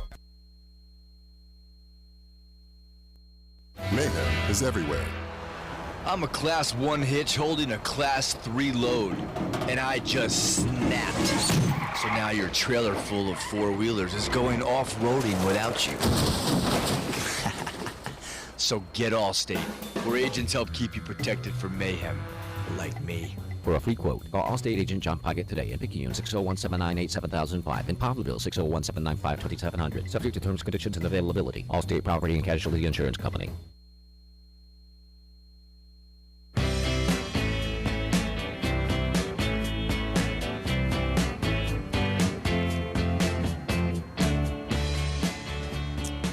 So the Warriors are going to stay with Tanner Knight. Defensively, they're going to move Kennedy over to left field, and Dumas will go to center for them. And for the Wildcats, 9-1-2 in the order is how they'll stack up here. They need a run to keep this game going. They need 2 to win it. If not, we're going to have a game 3 in this series here from the Dub. So Knight pushing right at 100-plus pitches. Let's see, he was 83, and he pitched just the I think I got him at 96 pitches, I think, Patrick. It's close enough. He's right at 100. So Knight will come out to face the Wildcats here. Due up will be Luke Harper, Matt Taylor, and Austin Izio. So this will be the 4th time through for the Wildcats, all except Harper be his 3rd time. Harper had a sac bunt and then had a double to left center field.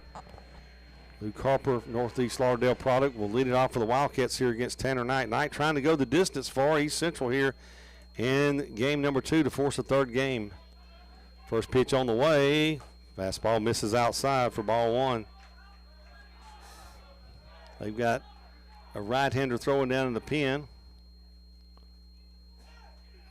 And Knight's going to ask for a new baseball.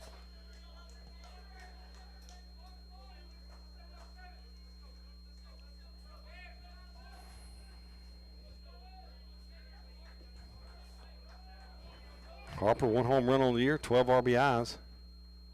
First pitch hit toward left center field, long run, and a good catch made by Dumas. Dumas will run down the line drive into left center field. 1 out, back to the top of the order. Matt Taylor will be the batter here for the Wildcats. Wildcats down 1-0, bottom of the 9th here. Good job by Dumas there. It looked like it might have had a chance there to at least get down for a single off the bat, but he covered a lot of ground there to make the out. Taylor 0 for 3 on the day. Struck out, grounded out, and hit a line drive to the shortstop. And Knight asking for a new baseball after almost every couple pitches. Not a bad idea by him. Yeah, why not? They give credit to Knight. He's pitched a great ball game. Limited the Wildcats to just 3 hits in this one. 1-0. Pitch on the way. That fastball misses outside. Izio in the on-deck circle for the Wildcats. The wind has quit blowing, if there's anything. Completely. There's no ripple in the flags at all. 1-0 pitch. Taylor hits it toward right center field. Dumas got a beat on that one. He'll catch that one in right center field. So 2 gone, 2 line drives, 1 to left center, 1 to right center. Wildcats down to their last out here. Austin Izio will be the batter. Izio 0 for 3 on the day. Behind him, Wiley Cleveland will bat if Izio can extend it for the Wildcats here. Tanner Knight trying to make this a complete game, 1-0 win for him, force a game 3 here from the Dub. Knight looks in. Pitch on the way to Izio. Breaking ball in there for strike 1.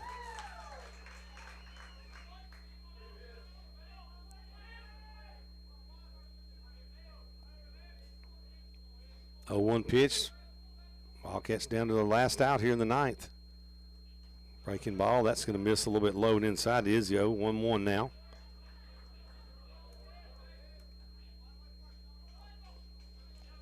Izio got a little pop in his bat. Wouldn't hurt to have a little here. 8 home runs on the year. 1-1 pitch on the way from Knight. Ball 2. 2 balls in the strike. 2 outs, nobody aboard. Wildcats batting here in the bottom of the 9th. East Central got a run in the top of the 9th in some very wet conditions. 2-1 pitch on the way. Izio fouls it off his feet, and the Wildcats down to their last strike now. 2-2 count to Izio. Knight has kept Izio, I'll say this, almost confused. Other than the first ball he hit when he lined it to second baseman on a good play that Shelley made, he's not been comfortable with the plate today. But all it takes is 1 pitch to change all that. 2-2 pitch. Knight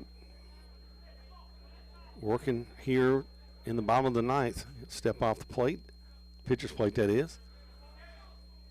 Gets a sign, shakes it off, and gets one he likes. 2-2 pitch on the way.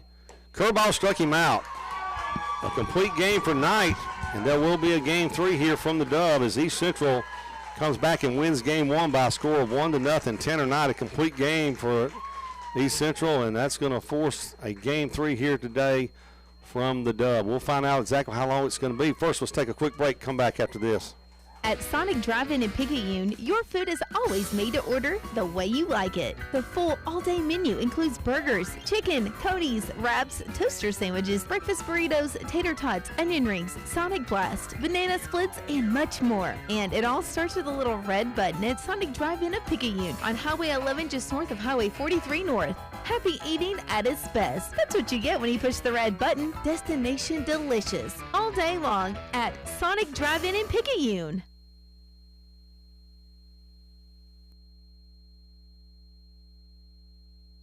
Bank Plus free. Student checking offers the freedom to bank wherever the future leads. Even if there's not a Bank Plus location near you, guess what? Don't have a Bank Plus near you? No problem. Use any ATM you choose and have the fee automatically rebated back to your account. How's that for simple? Oh, account is completely free. Bank Plus, it's more than just a name. It's a promise. Member FDIC. Well, back here at the Dub, Patrick, we're not sure what they had a long discussion at home plate, the coaches and the umpires. I'm not sure what they decided, but it looks like we're going to play another ball game, I'm guessing, here because East Central's still down the right field line. Wildcats go into their clubhouse here for in-between conversation, I would guess. So let's go back and talk about this one. Tip your hat to Tanner Knight. Great job by him. Big right-hander came in here today, handcuffed the Wildcats. Wildcats just never could get anything going against Knight, and then the run they get in the top of the 9th, and they get it on when the rain was just pelting down, and a wet ball played into that. McKay tried to throw to third base. The ball got away from him, sailed into left field, and that scored the run, and that's the difference. East Central takes game 2 here, the first game of the day here at the Dub, by a score of 1-0. Series tied at 1 game apiece, and I guess we'll find out here in a little bit. We'll keep the video stream on at PRCCathletics.com, and we'll restart the stream if there is a game 3 here. We'll restart that in a little bit. I'm going to try to go find out something. In the meantime, I'm going to tell you what I'm going to do. Before I kill the audio so our audio listeners will know, I'm going to put on a little intermission music here, and maybe I can find out something before we go off completely. Patrick, what you got? Well, they're covering the mound, so that may tell us what we're going to play tomorrow. We'll tell you what, let's start this and we'll come back. We'll let you know in a little bit.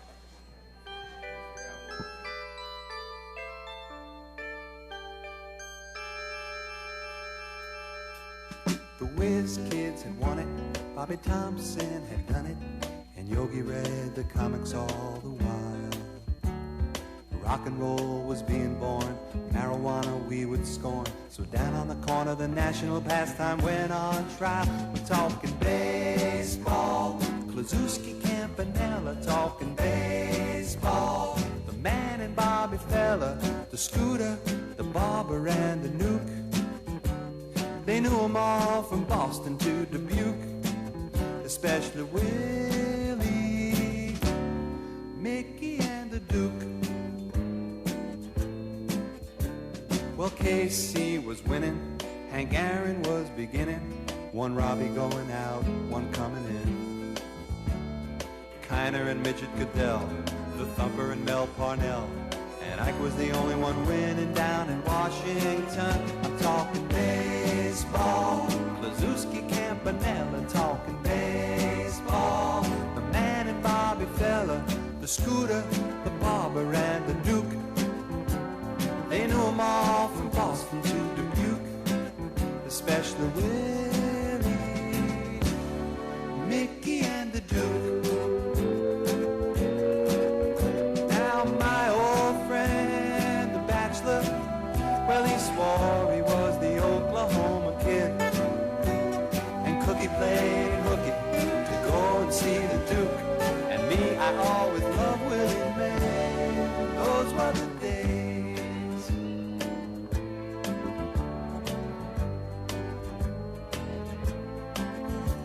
Well, now it's the 80s, and Brett is the greatest, and Bobby Bonds can play for everyone. Rose is at the vet, and Rusty again is a Met, and the great Alexander is pitching again in Washington. I'm talking baseball, like Reggie Quisenberry, talking baseball.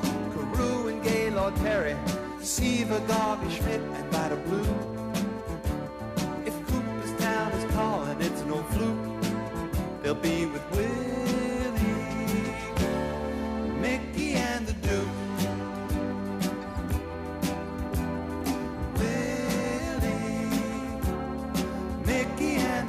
Say hey, say hey, say hey. It was Willie, Mickey, and the Duke. Say hey, say hey, say hey. I'm talking Willie, Mickey, and the Duke. Say hey, say hey, say hey. Willie, Mickey, and the Duke. Say hey, say hey, say hey, say hey.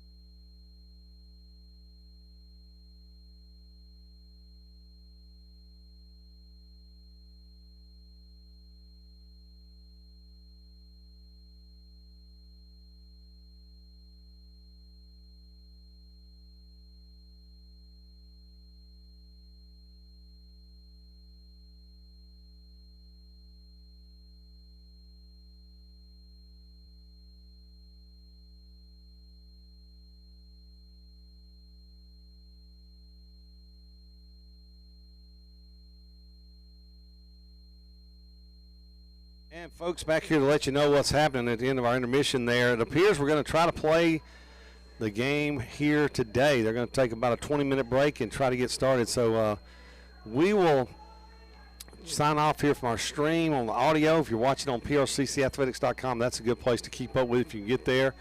If not, we'll start our stream back as soon as we know something for sure. Also, keep an eye on PRCC Athletics Twitter and also the Facebook page. I know that Mr. Patrick Oakes and Mr. Mark Franklin will keep you updated there. But game one, Wildcats win it last night 4-3. Game two here, it's 1-0. East Central takes this one, third and deciding game. Looks like they're going to try to play it here in about 20 minutes. We're going to sign off from WRJWradio.com. We'll restart the audio feed for game three once we get a definite start time.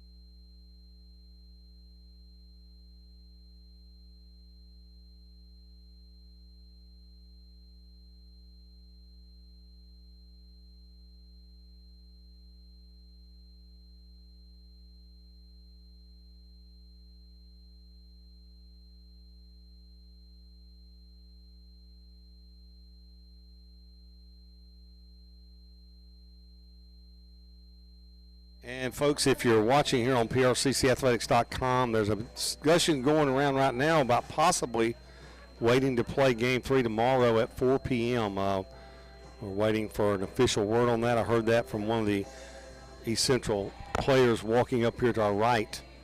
So Patrick Oates on his way back here. Actually, I just got it confirmed. Game 3, 4 o'clock tomorrow. Game 3, 4 o'clock tomorrow is what they're going to do for sure. We just got that confirmed from Patrick Oates. So I'm not going to try to play today. Looking at the forecast, there's a lot of rain going to make its way in here to the Poplarville area. So it looks like 4 o'clock tomorrow is the schedule right now, and that's what we're going to go with. So Friday afternoon, 4 o'clock, airtime tomorrow on PRCCathletics.com will be at 3:50. So that is exactly what it is. I just got another confirmation from that. So Game 3 tomorrow, right here from the Dub at 4 p.m. Well, that'll do it here from the Dub. And appreciate you watching today. East Central takes Game 2 by a score of 1-0. And Game 3 tomorrow at 4 o'clock with this series tied at 1. Wildcats won last night by a score of 4-3. That'll do it here from the Dub. Talking to you tomorrow.